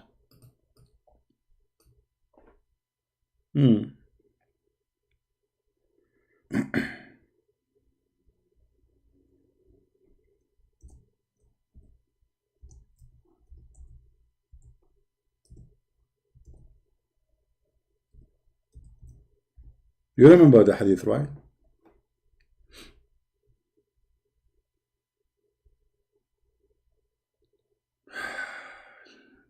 Man, Prophet Muhammad is amazing. A lot of science. A lot of science.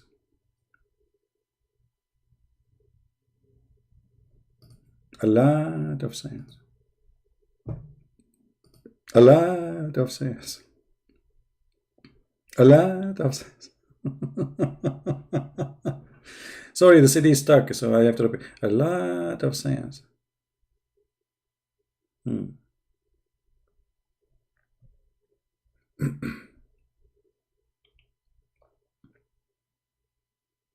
Any Muslim?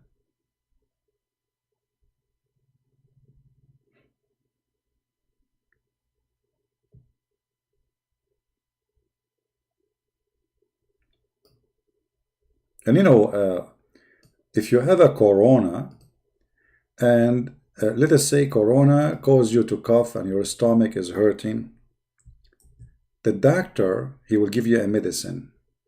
If the medicine is not working and you are dying, the doctor will say to you that your stomach is lying and Allah told the truth. You remember this hadith, no? Have you ever heard of a doctor saying to the patient, your belly is lying?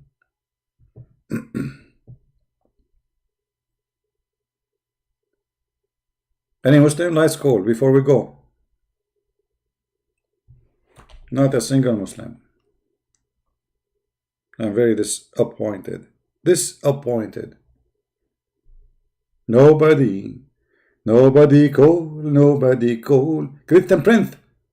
You are lying. It's one elephant.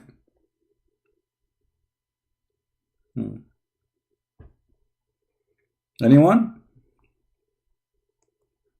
Anyone elephant?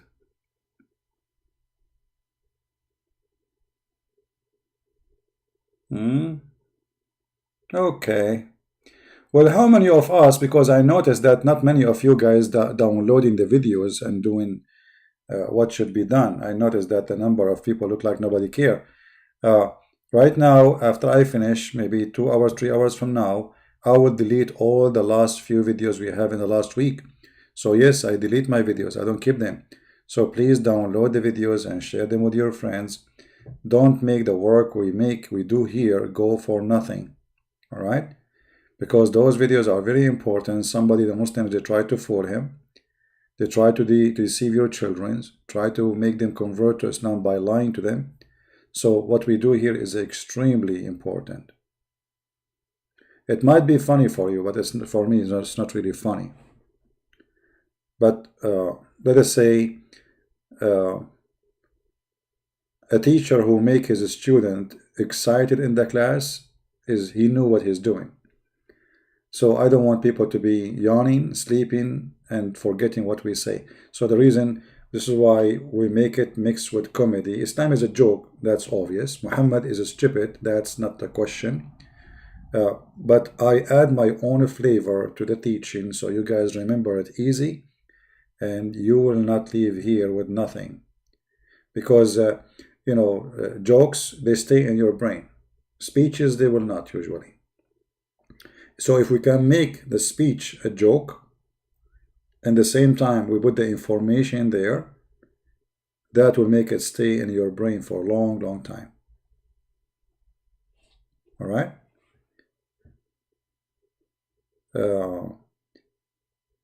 Actually, one of you just sent me a video of David Wood debating with a Christian.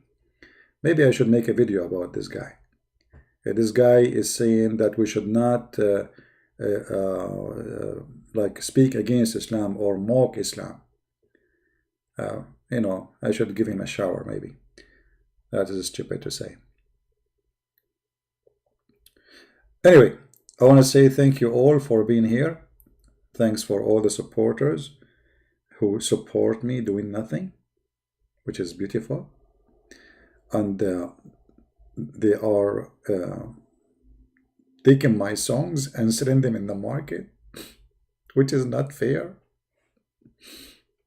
I heard that some of you, they are taking my painting and putting it in the museum under his name, which is not fair. This is my painting, like the Prophet teaching breastfeeding for adult. Somebody told me that my painting now exists in an adult museum for porn, which is not fair because this is my drawing, brother. Man, I mean, you cannot share anything these days with people. They will use it and they will take it, I mean, what's wrong with you? And then the Muslim, they will say, did you say to her, suckle me? Suckle me, here we go, Christian prince, Christian predator. He said to her, suckle me. Hey, this is your prophet, you idiot, said suckle me, not me, donkey. So the one who said to a woman, suckle me, he is a sexual predator. It was your prophet saying that. Oh, this is a new song. Suckle me now, suckle me tomorrow, suckle me. Nobody, nobody can suckle me except you. MashaAllah, Alhamdulillah, suckle me. Prophet teaching suckling, adult suckling, suckle everyone, everybody. Nobody, nobody, Unbelievable. I mean, this is a true prophet. He's a very open-minded to the point his zipper never closes. I mean, this is how you know if a person is open-minded or not. You look at his zipper. The zipper of a Prophet Muhammad is always open. Open-minded. Very open-minded, brother. Prophet, why your zipper is open? Christian Prince, you are stupid. First of all, I don't even have a zipper. Oh, okay, sorry, I thought you have a zipper because it's open really wide. And by the way, we see nothing because it's so small. Unbelievable. Oh boy. Okay.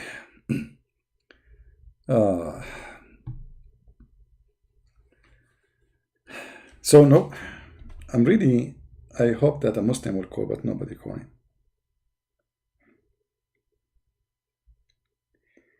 All right, okay. I got only text from Christians.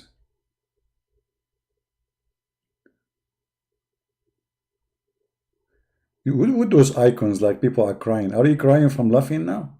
What you would do if you attend my classroom for real? Huh? What you would do? What you would do?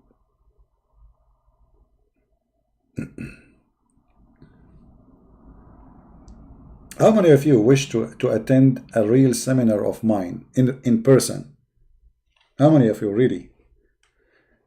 You know, like I did many seminars, and the thing is, most of those seminars, I mean, nobody knows about me really except those who they invited me. But it happens sometime that people recognize me from my voice. So I remember once I finished my seminar, and there was two girls that came. I was like shaking hands with people, after you finish. And then two girls, they were standing in the side talking and whispering and etc. and looking at me. And then I said, okay, can I help you? He said, I have a question. I said, okay. I said, are you Christian Prince? I said, because they don't, some seminars, they introduce me as a Christian Prince. Sometimes they decide not to say it's a Christian Prince. They say just a Christian brother. I said, yes. She said, see, I told you, this is him. This is his voice. Unbelievable. Yeah, finally they saw Christian Prince. And this is why they never attended at a church again. Man, they get scared. Oh boy. They took the first taxi. They turned their back. They did not even say hello to me. They said, the second I'm a Christian Prince, bye-bye, bye-bye, bye-bye, bye-bye. I think they were afraid I'm going to sing for them the famous song which I sing. Nobody know, nobody know. One of the funniest seminar I did, there's a brother, he's a minister. Now this guy, their church is very, I mean, very conservative, so like, he was really worried about me being in the stage in such a church because I say things which usually you cannot say in the church. So he will introduce me.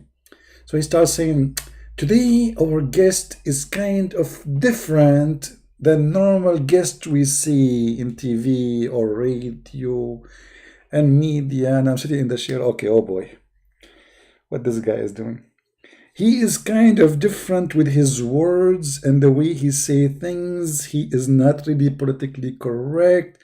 And I am trying to make you understand. And okay, boy, man, the guy, he think like I'm going to explode like a bomb in the stage. What he's talking about.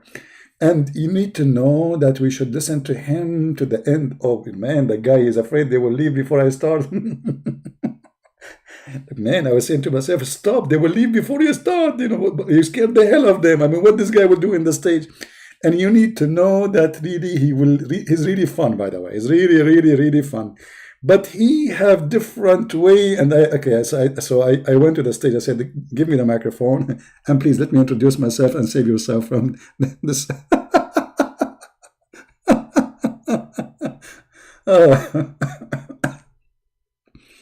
The poor guy was sweating all over. He did not know what to say, how to say it. Get ready. Tsunami is coming. So anyway, I went in the stage and I started talking. And the church, when we, like after we started, when we started, there is still some space for people to sit. Not all the chairs are full. Big church, actually. But still there's a space vacant. And then people, they start texting, and more people are coming. When I finished, not only there is no space for people to sit, the doors, they open, the windows, that there is a windows and there is a yard. People, they're listening. People are dying laughing. You know what dying laughing? Literally. People, they are sweating, they can't breathe. Honest to God, people, they sweat, they cannot breathe. You can, please stop. Those guys who invited me, they take a break outside. The air condition is not is useless. When you laugh, and those countries are very hot.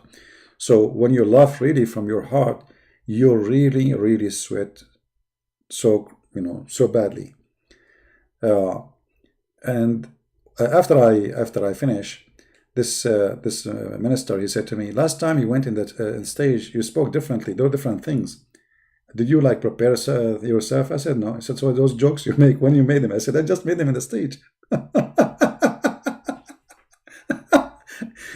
They think like before I go, I have like I don't have any like I don't I make things up like the conversation with Zakir Naik. So they said, how you when you like did you prepare yourself? I didn't see anything with you. I said no, I just made them. I said, so all this funny stuff, it just like out of the bloom. I said, yeah, just say it. How you can do that? I said, this is me. uh, no, I by Christians, But sometimes we have like I remember once I went to a city. It's called Cagayan do Ero. I'm not sure if the name correct. Uh, let me search the name. Anyway, that territory is full of Muslims. This is where the Muslims, as ISIS in the Philippines, they took over a city, Marawi. And to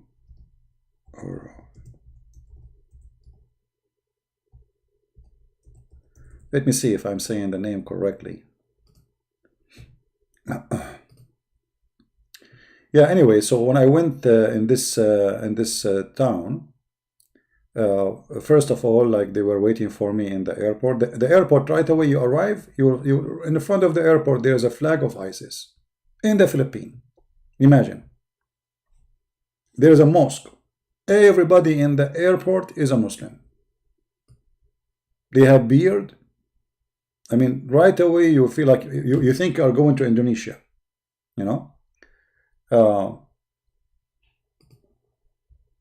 This is the area in the Philippines. All right, and here there is. Let us see, where is Marawi?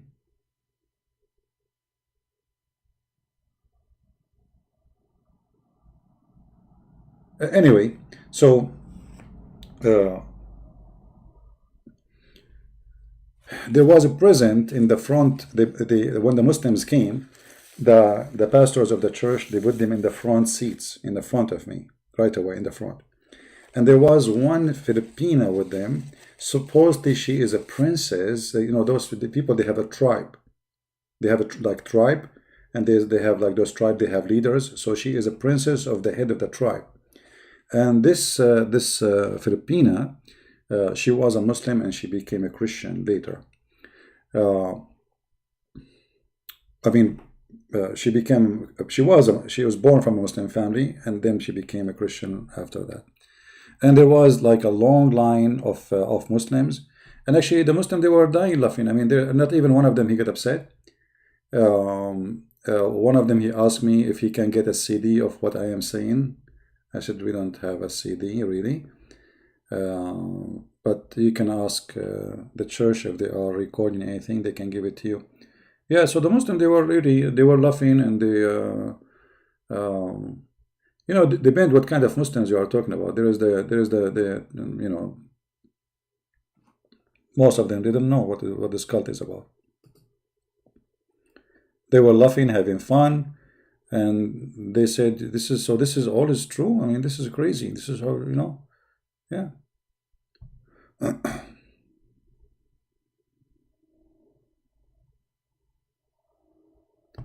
Mindanao, not Mindao. Yeah. Anyway, I did seminars in many places, not only in the Philippines. The only issue I have when I go in the Philippines, it costs me good money, because usually I don't take a donation from those poor countries. So everything you have to pay from your own pocket, and it's not cheap. It's not cheap.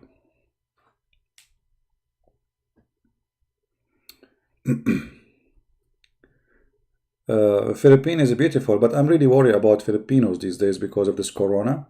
You see, like some areas in the Philippines is very busy, like in Manila. It's very crowded city, crazy, So this corona, if there is no vaccine for it, this will be very, very bad.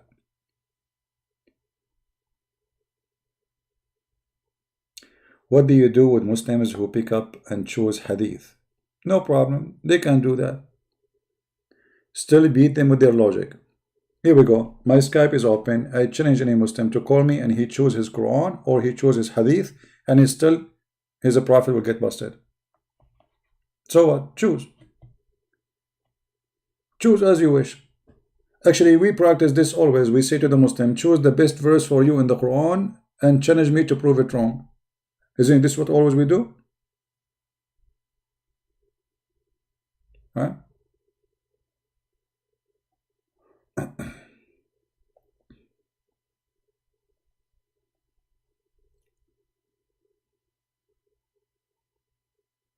Now it's cheap. Yeah, but there's no flying now. Nobody will let you get in. It's a wrong timing to go anywhere. Otherwise, you see, I don't really mind. But for me, I don't prefer to go in an airplane in the time of such a thing. You have to be smart. Because sitting in an airplane for many hours, a small box. So if there's only one person is infected, he can infect you, Now, some people, they say, well, aren't you a believer? So what if you're a believer? A believer should be smart, not a fool. So there's a disease, and the disease is a disease. This is not a joke. So a believer should not risk his life if he can avoid danger for no reason,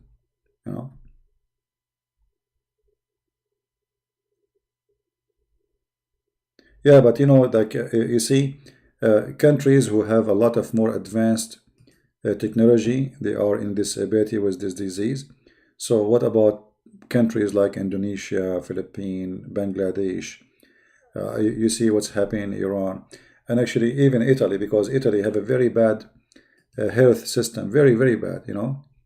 Italy is not the same as before. Italy today is like a Middle Eastern country. It used to be something in the past. But Italy today is the same as a Middle Eastern country. Very bad system, very and look at the very shameful. The European Union, they did not send help.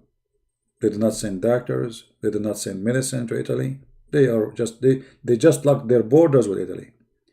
The one who is sending help right now, as we speak, is China and Russia. You believe it? And yet they claim that they have European Union. Very shameful behavior. So, this is why I say that in the time of Corona, this Corona taught us a lot of things. Like if you are European, you should learn from Corona that the European Union is not exist yet.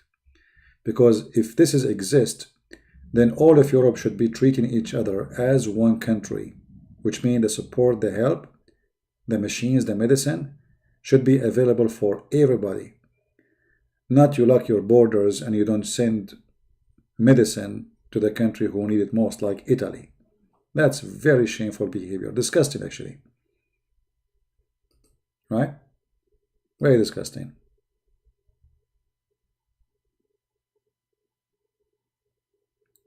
No, you should not go to the church in this time. Why you want to go to the church at this time? You see, Jesus said, the one who want to pray, he can pray in his closet. Correct? So this is not smart. And why you want to, what is the point of this? You want to prove that you are a Christian? No, this will not prove you are a Christian. That will prove that you are a fool.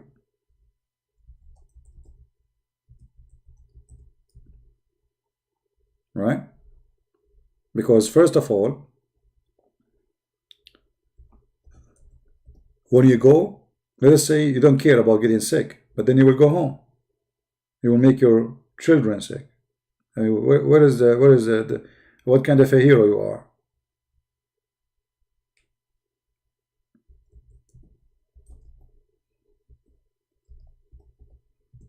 Christian, he should not do things. Things will harm others. He should not be selfish. So if you don't care for death, but you should not bring death to others, that is not a Christ teaching.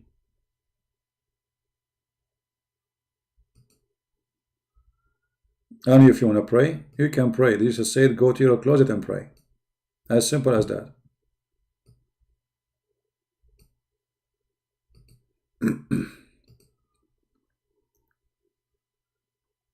You can pray in your basement, you can pray in your bedroom, you can pray standing, you can pray even sleeping, you can pray when you are eating, you know. And you do not need to pray, you know. Jesus said, don't be the same, you know, as those who repeat their prayer, blah, blah, blah, blah, blah, you know, like Muslims. Don't do that. Don't repeat your prayer. That is not from God and not for God.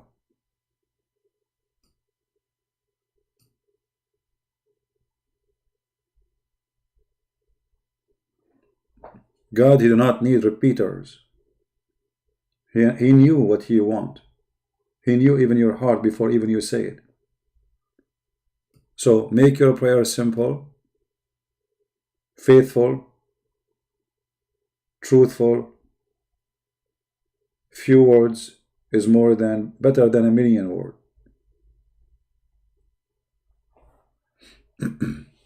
Mosque whenever you go. Well, you know, where I am right now is not like a very busy, crowded place. And thank God, because I don't look good, so I'm not worried about anyone asking me for a hug. Okay, this is the benefit of being unbelievable. Nobody, nobody will hug me. That's it. This is the benefit, you see. So in the time of Corona, this is the benefit of look like very handsome like me. Nobody wanna give me a hug. Nobody will do that. That's it. Come on, this guy is scary. Looks scary. Hello. I go to the store, everybody get out. I go in the elevator, everybody get out. I go in the airplane, even the captain, he leave. He take the parachute and jump. True story, by the way. Sahih Bukhari, brother.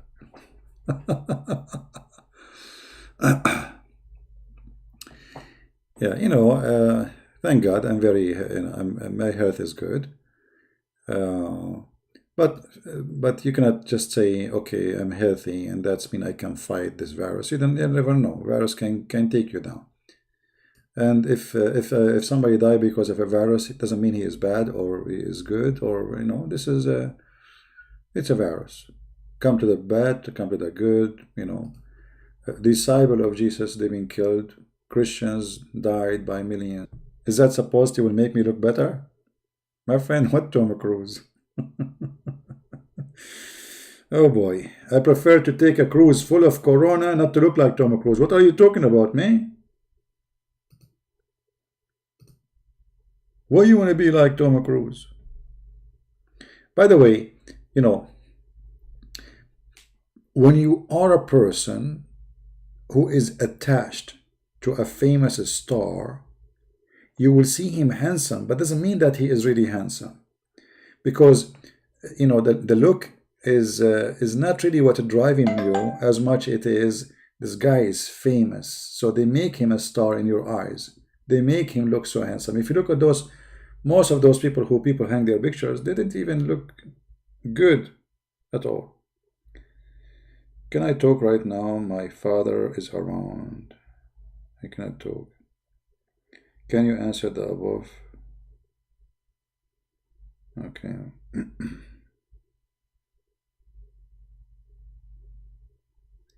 You told in YouTube before that you drink something. You are bad Christian. Some like bad Muslims who don't.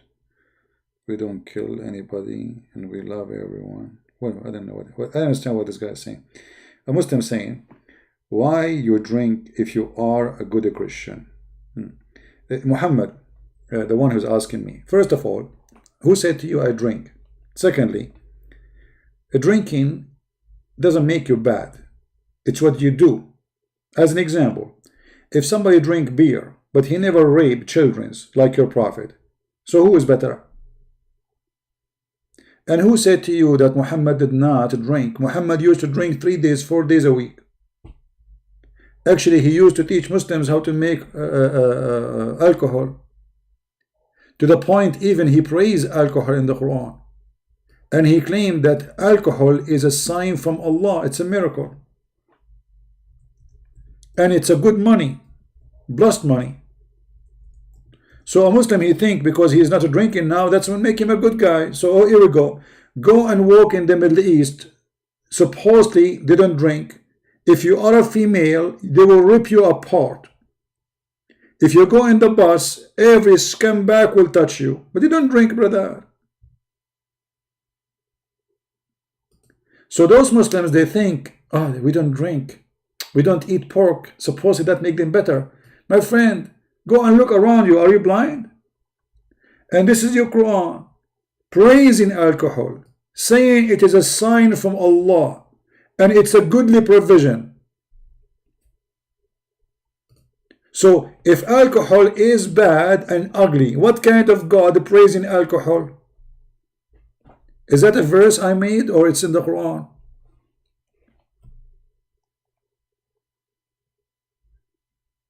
He's saying he cannot talk right now.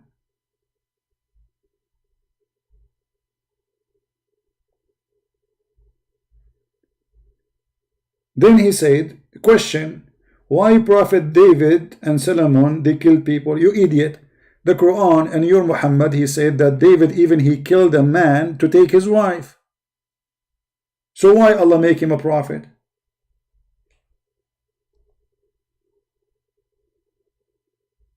What's wrong with you?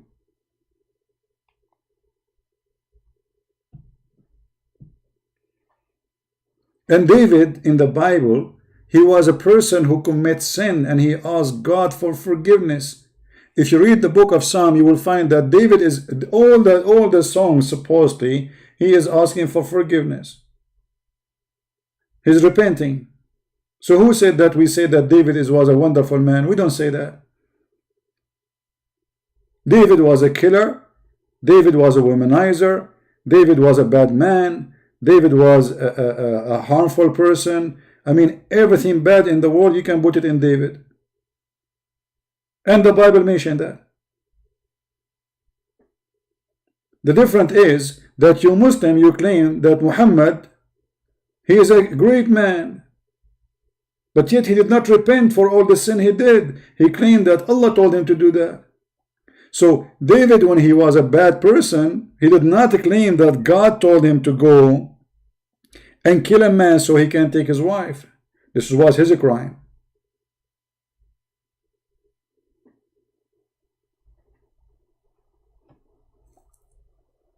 You Muslims, you claim that the crimes of Muhammad are not crimes, are good deeds. This is the difference. There's a huge difference between me committing sin and asking God for forgiveness and confessing my sin, or claiming that my sin is good deed.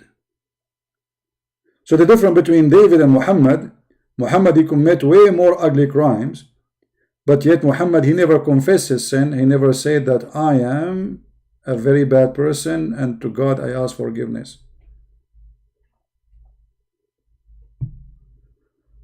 And you are saying to me, your dad is next to you. So what does that mean? Aren't you a man?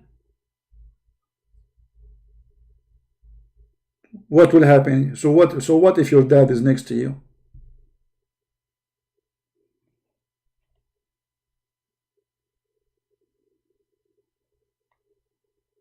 I mean, look at those questions he gave me. They are funny, stupid. Look at this question. Okay, if I want to read the Bible, which Bible I should read? I will purchase today and read. I will revert back to you in 1 week time. Okay, my friend, what the Bible you need to buy and read? Which Bible? There's nothing is called which Bible. Those are translation. We have only one Bible. So you have a wrong understanding of Christianity. So when we say translation of King James, this is a translation. This is not King James. He made a book. This is a translation. Like you say Yusuf Ali and etc. So which Bible? Anyone in your language? I don't know.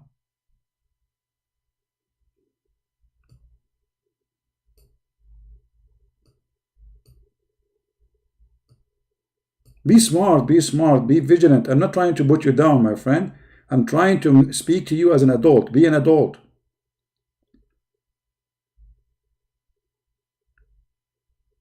If you speak English very well, he will go to the Bible in front of you.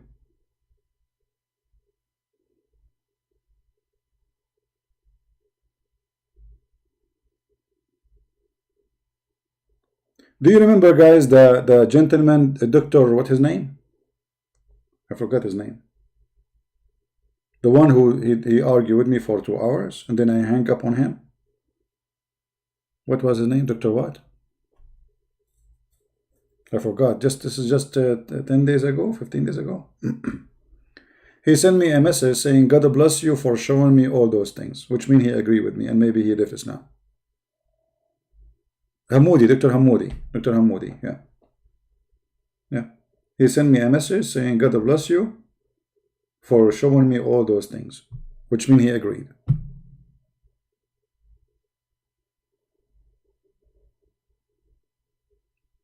But he made me upset. I spent 2 hours with him and he was playing all kinds of games. He didn't want to listen. But it's obvious. He's trying to play games.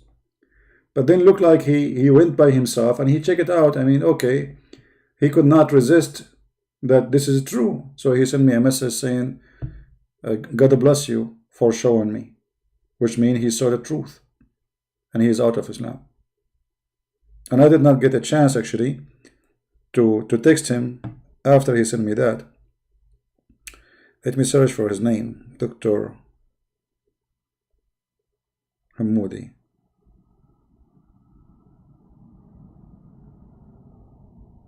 Okay, let me send him a text message.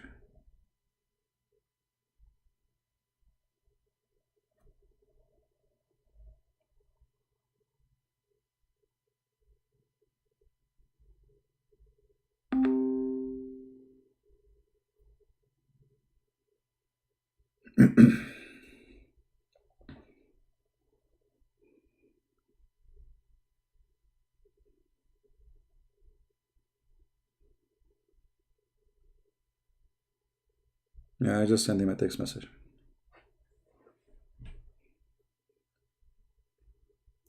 Okay, I'm going to stop this broadcast and maybe tomorrow I will make a video about a debate happened between brother David Wood and a guy who's supposedly Christian. His name, I think, Samuel Nisan, something like this. Maybe I should not talk about this person as a person. I don't care for him much. But I care that there are some Christians, they claim to be Christian, but they are deceiving people. Claiming that we, as a Christian, we should not attack Islam.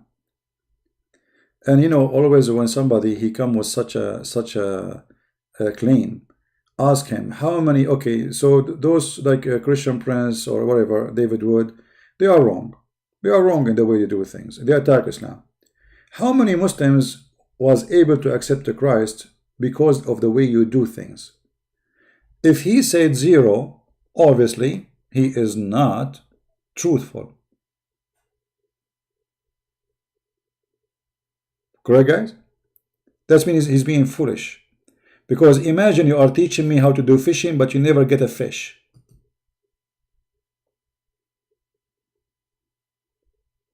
Right? So you are giving me a speeches about how to fish, but you yourself, you never get one.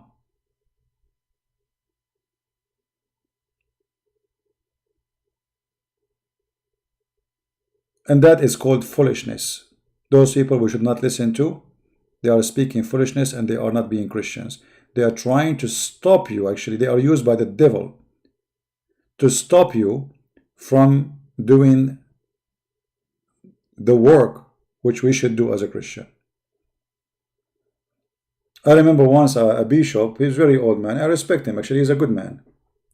But he said to me, you know, he's speaking like wisely, supposedly, and he said, so what do you get from this? I mean, people threaten you, they want to kill you, etc. So I said, okay, I will ask you a question, Bishop. How many Muslims accepted the Christ until now in your age? He said, no. I said, ask me the same question. That's all. I do not need to debate you. I said to him, ask me the same question. And you are saying to me, what is the benefit? What is the benefit, Christian Prince, of what you are doing? Well, ask me the question. The benefit is so clear. A lot of Muslims left Islam. What do you want more? It's like a person want to teach you how to swim, but he never jumped in the water before.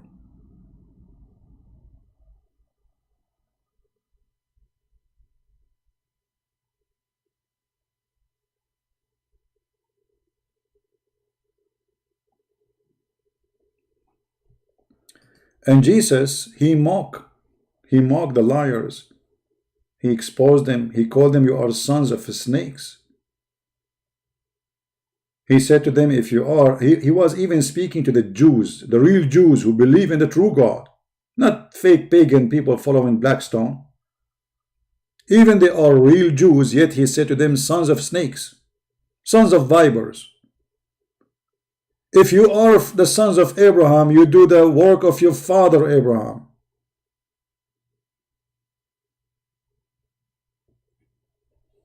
Right?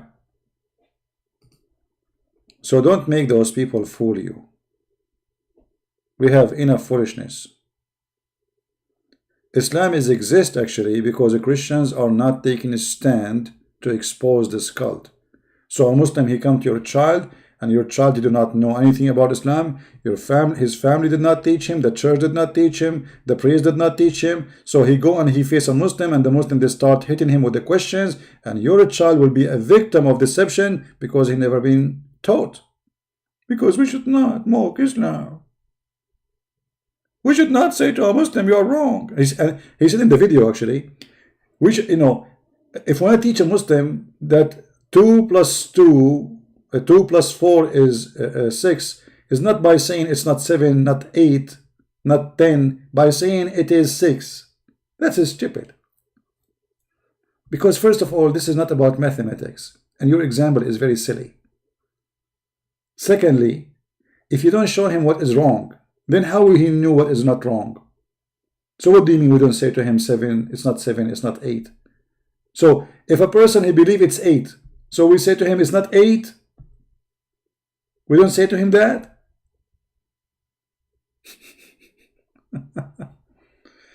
Anyway,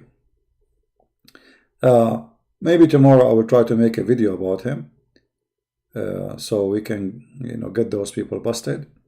And don't listen to them. Never listen to those people. They come to you, they are like sheep, soft, kind, but they are like snake. I'm not saying this person is a snake. Maybe the devil is using him without knowing. But this is a snake teaching. This is not from God. We knew what Jesus said. Jesus said, from their fruits you shall know them. Jesus said, rebuke. Jesus said, share the truth. Jesus said, don't swear. Either you say yea, yea, or nay, nay.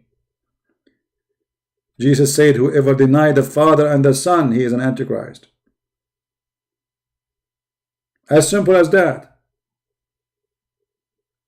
So if the person, he says, you are a son of a viper, that is not a Christian. That means Christ himself is not a Christ. Because he is the one who said that. So those evil ones, they quote a verse for you from the Bible, and they make it from the verse a story. It's a book, it's not a verse. You want to learn about Jesus, you read his words, not a verse only. Otherwise, this verse will be misquoted, misused by a liar.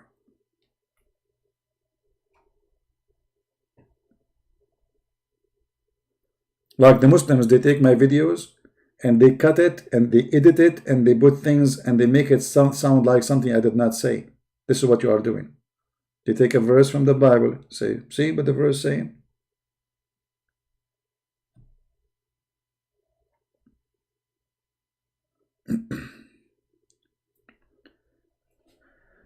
Anyway, I think we have enough for today. I will change the timing for the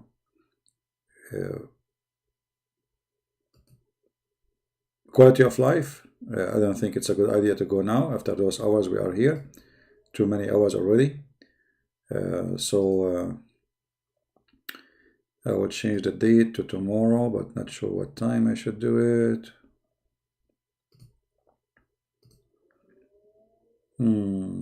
What time tomorrow I will do it? Okay, I will do it maybe. Okay, I forgot to tell you something. There's a new song I just wrote right now, and I would like to share it with you. Nobody know it, you know? Nobody know it. Nobody know, nobody know, nobody know, nobody, da-da-dum, nobody. This is a new song, by the way. This is a brand new, just now. It's not like in the market yet. It's unbelievable. Very new song. 9 p.m. 9 p.m. What time? Which country? Hello? Do you think we have one time, my friend? What 9 p.m.? You have to tell me 9 p.m. according to what? Are you thinking like Muhammad now? 9 p.m. There's many 9 p.m. brother. Okay. 9 p.m. Eastern time, Western time, Indonesia time. What 9 p.m.? 9 p.m. maybe you are saying like 9 a.m. in the morning in USA.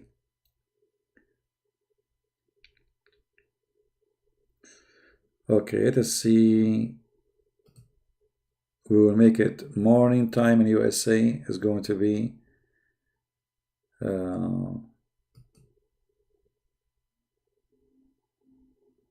yeah. Okay, you check the time in the video there, and you will find out what is the time for tomorrow. Arab time. If it's Arab time, that's mean will never happen.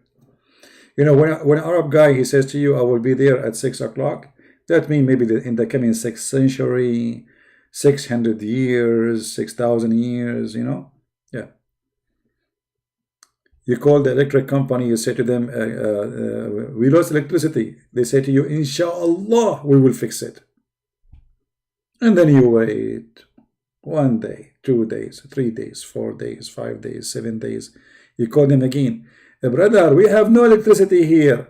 Brother, didn't we say to you, Inshallah, we'll fix it last time? Yeah, you told me that. Exactly. Inshallah. Allah did not insha yet. We are waiting for Allah to send Jibreel and to say do it. So we have to wait for Allah permission, brother. Unbelievable. Yeah, inshallah, inshallah. This is why they are behind the cave time, because everything is based on inshallah. And Allah never will. If Allah will. And Allah never will. Allah is asleep. He's snoring. The only thing can wake up Allah is a song written by a famous singer. His name is Nobody, Nobody know, oh nobody know, Nobody know, nobody. And then Allah, Kusha Prince is singing again. I cannot sleep with this guy. I mean, what's wrong with this guy? He can't stop singing this song. I'm going to explode. Can you stop him, please? Stop this guy. Do something. And then Allah, He will call the angel of death to come and take my soul. And the angel of death, he will come like a fly. Zzz, zzz, zzz. He's in my window now. Zzz, zzz, zzz, zzz. But he cannot get in because I ate garlic, brother. Unbelievable. I mean, what kind of angel of death? He's a charge of death, but he cannot get in because I ate garlic.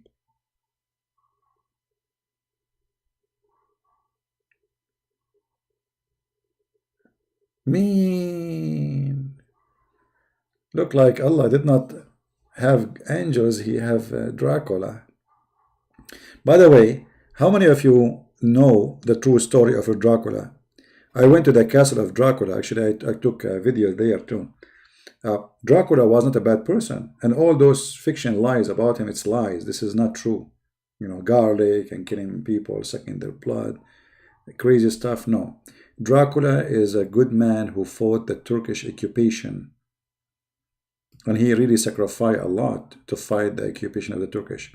And this is how the media can corrupt a real person story.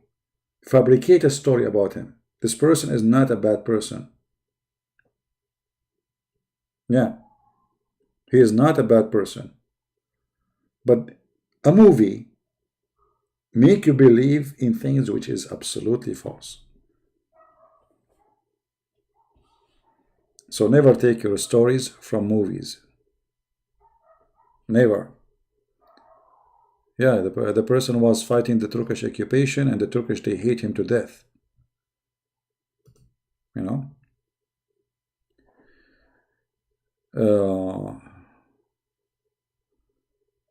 You need more Dracula to fight the evil ones. So you see how media can corrupt stories and damage the reputation of a good man? A person who is a hero, defending his country, defending the Christians, they made him a blood drinker, an evil man, blah, blah, blah, blah. He have teeth coming. By the way, he have the teeth in the movie. I don't know. I noticed I have teeth like this. I have one tooth left, to be honest with you. And I have to admit, after I start singing, my teeth is coming back. They are growing, especially with the song like "Nobody, nobody know, nobody know, nobody know, nobody." Since I start singing this song, my teeth is growing back. You know, so if you like practice it, you will see that it's called the Prophet Muhammad medicine. This song, you know, you sing it, you are fine. Your teeth grow, your hair grow. Even the hair can grow in the wrong location. So like if you are a person hoping that your hair will grow on your head, it might grow on your tongue, which is very nice. I mean, who cares? That still will protect you from corona, you know. Anyway, I want to say thank you guys for being here, and we will try to be here tomorrow, but in the quality of life account. And if you did not subscribe there yet, please, you can go to Patreon, click at the videos, and you can find the channel. And by the way, those who they are in Patreon, some people think that people who they are in Patreon, they are donating. I mean, everybody there is donating to me. No, you can be in Patreon and you do not donate a penny to me. All right? It's just like Facebook. So all this number, not all of them, they donate. Very actually, I don't know how many exactly, but there is a huge number of those who they are there, they are not donating. So when we say subscribe in Patreon, does not mean you are going to donate. Still, you can be updated, etc. And you know, most of people actually they cannot even donate. Even if the one they like, there's some people they don't have a credit card. There's people.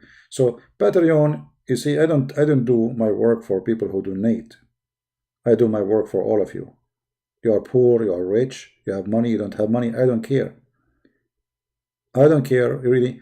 You know, the one who donate, I appreciate them. They support what I do, and that is very blessed. You know, a great blessing from the Lord, using those good people. But those good people, they themselves, they want me to do my work for everybody. So they do their part.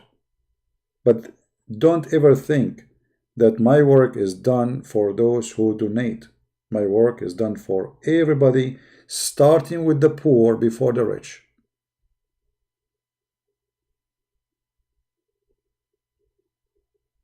All right? So this is why we say download my videos, and if I can give even my books for free, I give them for free. You know, I will never like treat people differently because of donation. That will never happen. And if I have donation or not, still I will do what I do. You donate, you don't donate, I will do what I do. You help me, you don't help me, it doesn't matter. This is not a choice for me. It's a mission. It's a must. So, because I receive sometimes messages saying, Christian Prince, I don't have money to support you. How I can watch my videos? I said, my friend, you can watch my videos anyway. Who said you have to support me? Who said that to you? Like if it's like you have to log in to see the video, but it's not really only for those who donate to me. I don't have I never activated that option. Anyone can see my videos. Subscribe here. You don't need to go to Patreon. So never think about it this way. We are not here to the support we receive. It's very important for me to get support, because all of us, we have needs, and that is not a secret.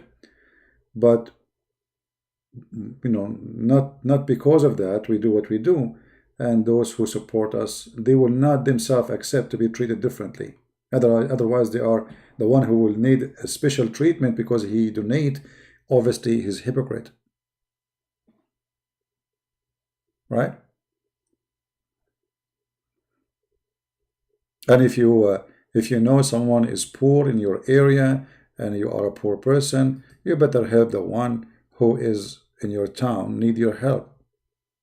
The Lord always will provide, my friend.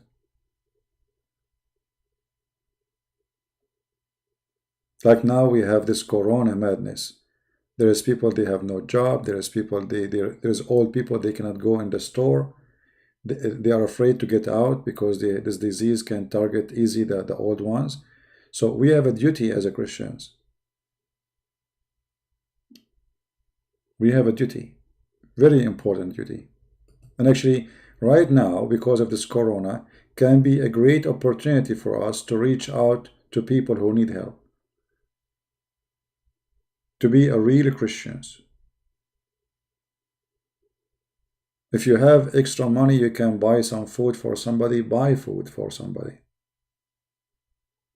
If you know an old woman, old man, they have no family, nobody to take care of them, take care of them. And you will receive an amazing blessing from the Lord. And you are not doing it, by the way, because you are waiting the Lord, he will give you a reward. No, but he will anyway.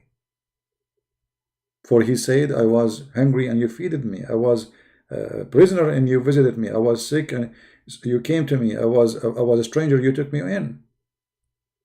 All those things you do it to anyone, you are doing it to Christ.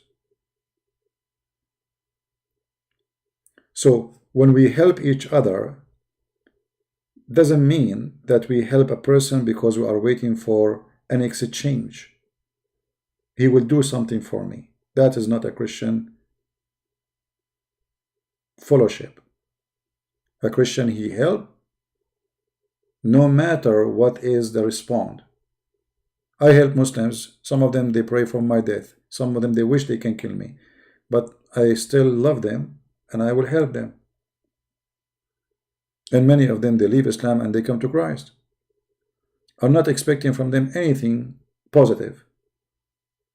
But still, I do my duty. So if we help Muslims, what about helping Christians, poor Christians in your area? People who have no family. An old woman, she cannot get out. An old man, he have nobody to take care of him. Imagine that one day, you yourself, you get old and you have nobody. What do you think if nobody comes to your door? In a time where nobody dare to go in the school and in the street. Think about it, it's you. Because trust me, what you do today is going to come back to you tomorrow.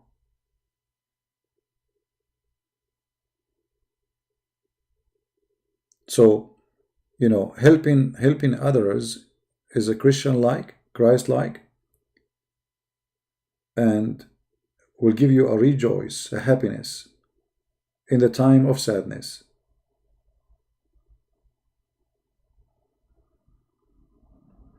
And you can even help people not only by supporting them by food, etc. Sometimes maybe they have money, but they don't have anyone to talk to. They don't have anybody to do shopping for them. So if you know a neighbor, she is old, he is old, knock at their door. How can I help you? There's something I can do for you. You will see how much happy you will make them. Because they will see, they will feel that God is still there. God, the people of God is there. A stranger coming to my door asking me, do you need anything? This is something very beautiful. We should maintain. The teaching of Christ shall never die. Should live with us, within us, by our action. And this is why the Lord, he said, from their fruits you shall know them. So let your fruit speak for you. not just your words. Talk is cheap. Action is the proof of the words. Always, always, there is something in your heart will make you rejoice. Try it if you don't believe me. Try to help an old person, especially old people. You will feel an amazing feeling inside your heart. It's very hard to explain because nobody can explain feeling. You have to live it. Help somebody poor, somebody old, and you will see how you will feel. You will really have a very wonderful experience. And I say that the Lord is going to bless you for sure. So if you are a person even donating for me, but yet you know that there is somebody old next to the door to you, close to you, please take the donation you want to give it to me and give it to that man. He deserves it more than me.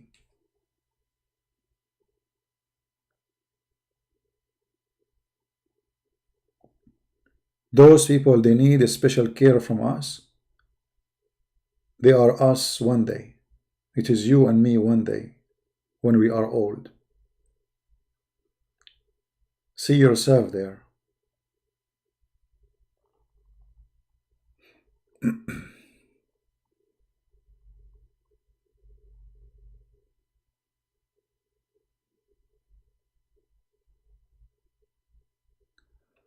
Well, Christian, okay, you have to be like you can help, but not directly by you, maybe because you're a stranger, and maybe that will make you being targeted because you are a foreigner.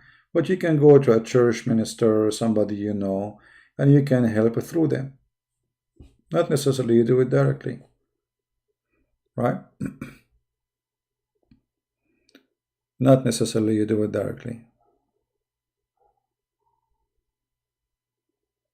There's many ways to help. Like if you are a stranger and then you show that you have money, maybe some criminals, they will target you because you're a foreigner. So you have to be careful in this case. But there is Christian churches, there is ministry, they do help poor, etc. Go and see how you can help. Maybe you can do even volunteer help with the churches.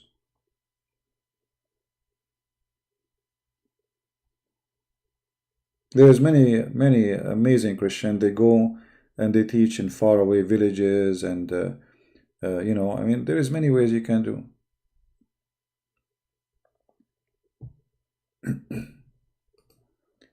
Help always can come in many ways. Always you have to be vigilant, smart, and don't cause harm to you or to those who you are helping. So every place, every situation is different. So it's you who make the decision how it's going to be. It's not just go and just jump and help. You cannot do that. And as you said, people sometimes they get scared from you. Like, who are you? Right? So you have to make it in a smart way where you will not make those people fear you, because it is not normal for a person to say, I want to help. Right?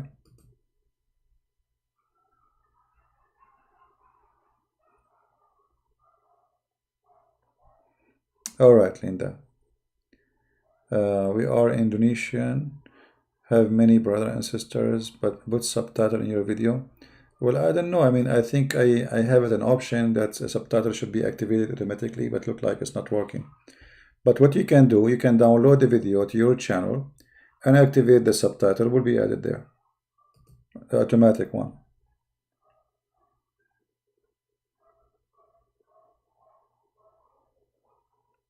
All right, my friend from Pakistan, he's saying his sister, she have symptoms of coronavirus. You see, in our heart, we pray for everybody, sick or not. But don't make this virus terrify you. Be a believer.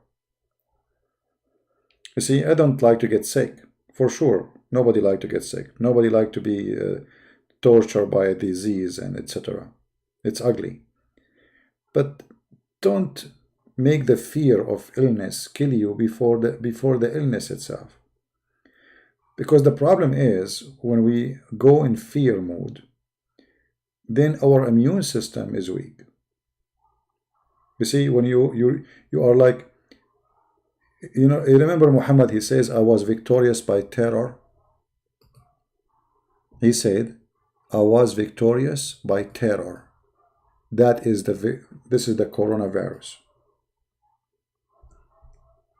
Muhammad himself. Terror can make you subdued to death. You are terrified already. Your body cannot resist because you are scared, you're terrified. It's like you are saying to your body, I'm dying, I'm dead, that's it. So don't let that happen to you. So if your sister, she have that, encourage her, tell her, even if you have it, you will overcome this. Don't let the terror destroy you, my friend. It's very important to have a spirit of a victory, not a spirit of a defeat. If you have a spirit of a defeat before the battle, you are defeated already.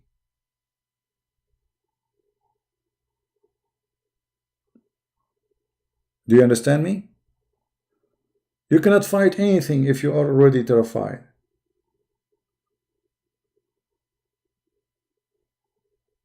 A hero, he cannot be a hero if he is scared. Because the one who wants to save me himself is terrified. How he can save me? His knee is trembling. He can't even walk. So you have to be strong, and you have to encourage yourself, prepare yourself to any situation, because this can happen to any of us. So if you get this virus, don't die before the virus kills you. Because if you go in this way, you are going to die. You will not survive it. You have to be strong, you have to be smart. This is why the Lord, he said, believe in a stone, you will be healed. Faith is very powerful. Faith is extremely important. Even actually, according to science, they say that those who have faith, they survive way more than those who don't. Because there's one of them, his body give up, he have no faith in anything, look like he want to die. And there's one, he have a lot of faith, and he is surviving, he's fighting.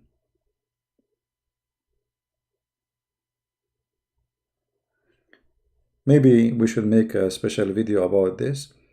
And this is, by the way, for everything, not only about viruses and corona. Failure starts from you believe that you are going to fail. This is when you do fail.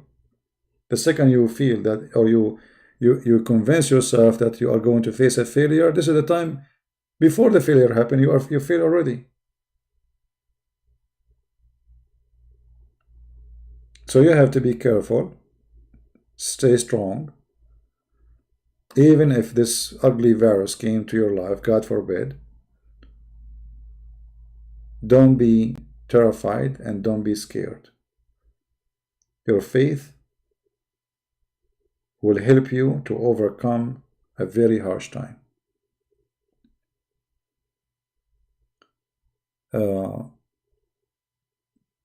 Me myself, I went through a lot of ugly stuff in my life. A lot of ugly stuff. I should be dead long time ago. Way long time ago. Those who run away from death, they are dead. And the one who never run from it is not. Always your fear chase you. Your fear is your enemy. Number one enemy is your fear.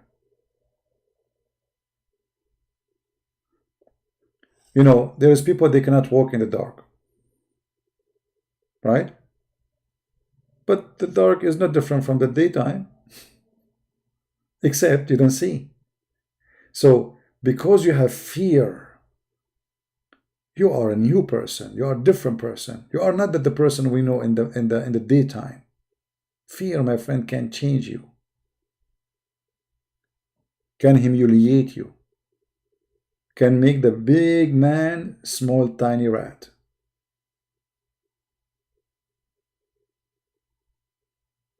Don't let that happen to you. I remember there was a lady, she was our neighbor. She go and throw her garbage in the street at dark at night. The lady, the woman, she is doing it. So I asked her, why you are throwing the garbage? Where is your husband? She said he is afraid to get out at night. What a man. I feel sorry for her. The potato is scared to get out at night. The woman, she get out to throw the garbage. So the man is not a man no more, just because of fear. This is what fear can do. And this is why Muhammad said, I was victorious by terror.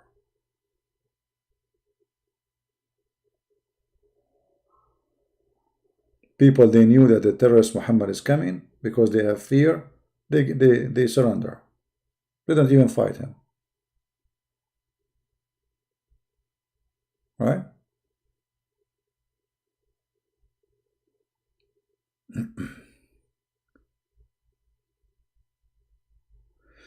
Anyway, I want to say thank you, and please pray for our brother there who have his sister, she have symptoms. Pray for everybody. Poor people are dying, rich people are dying, and this is the time where everybody is equal. But here you notice, by the way, that when you are rich, they treat you differently.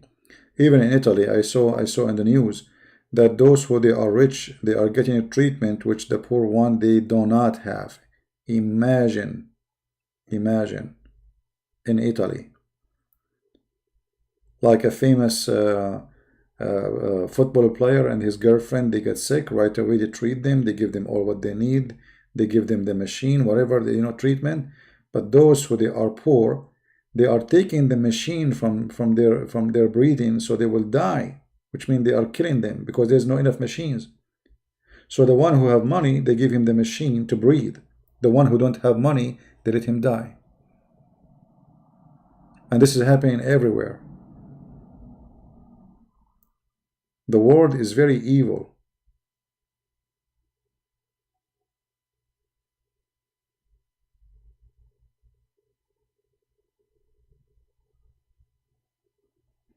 Very evil. Thank you guys for being here. And I will see you maybe tomorrow. God is willing. Christ is Lord. And Islam is getting busted. And don't forget to download the videos before we take them down. God bless you. Take care. Bye-bye.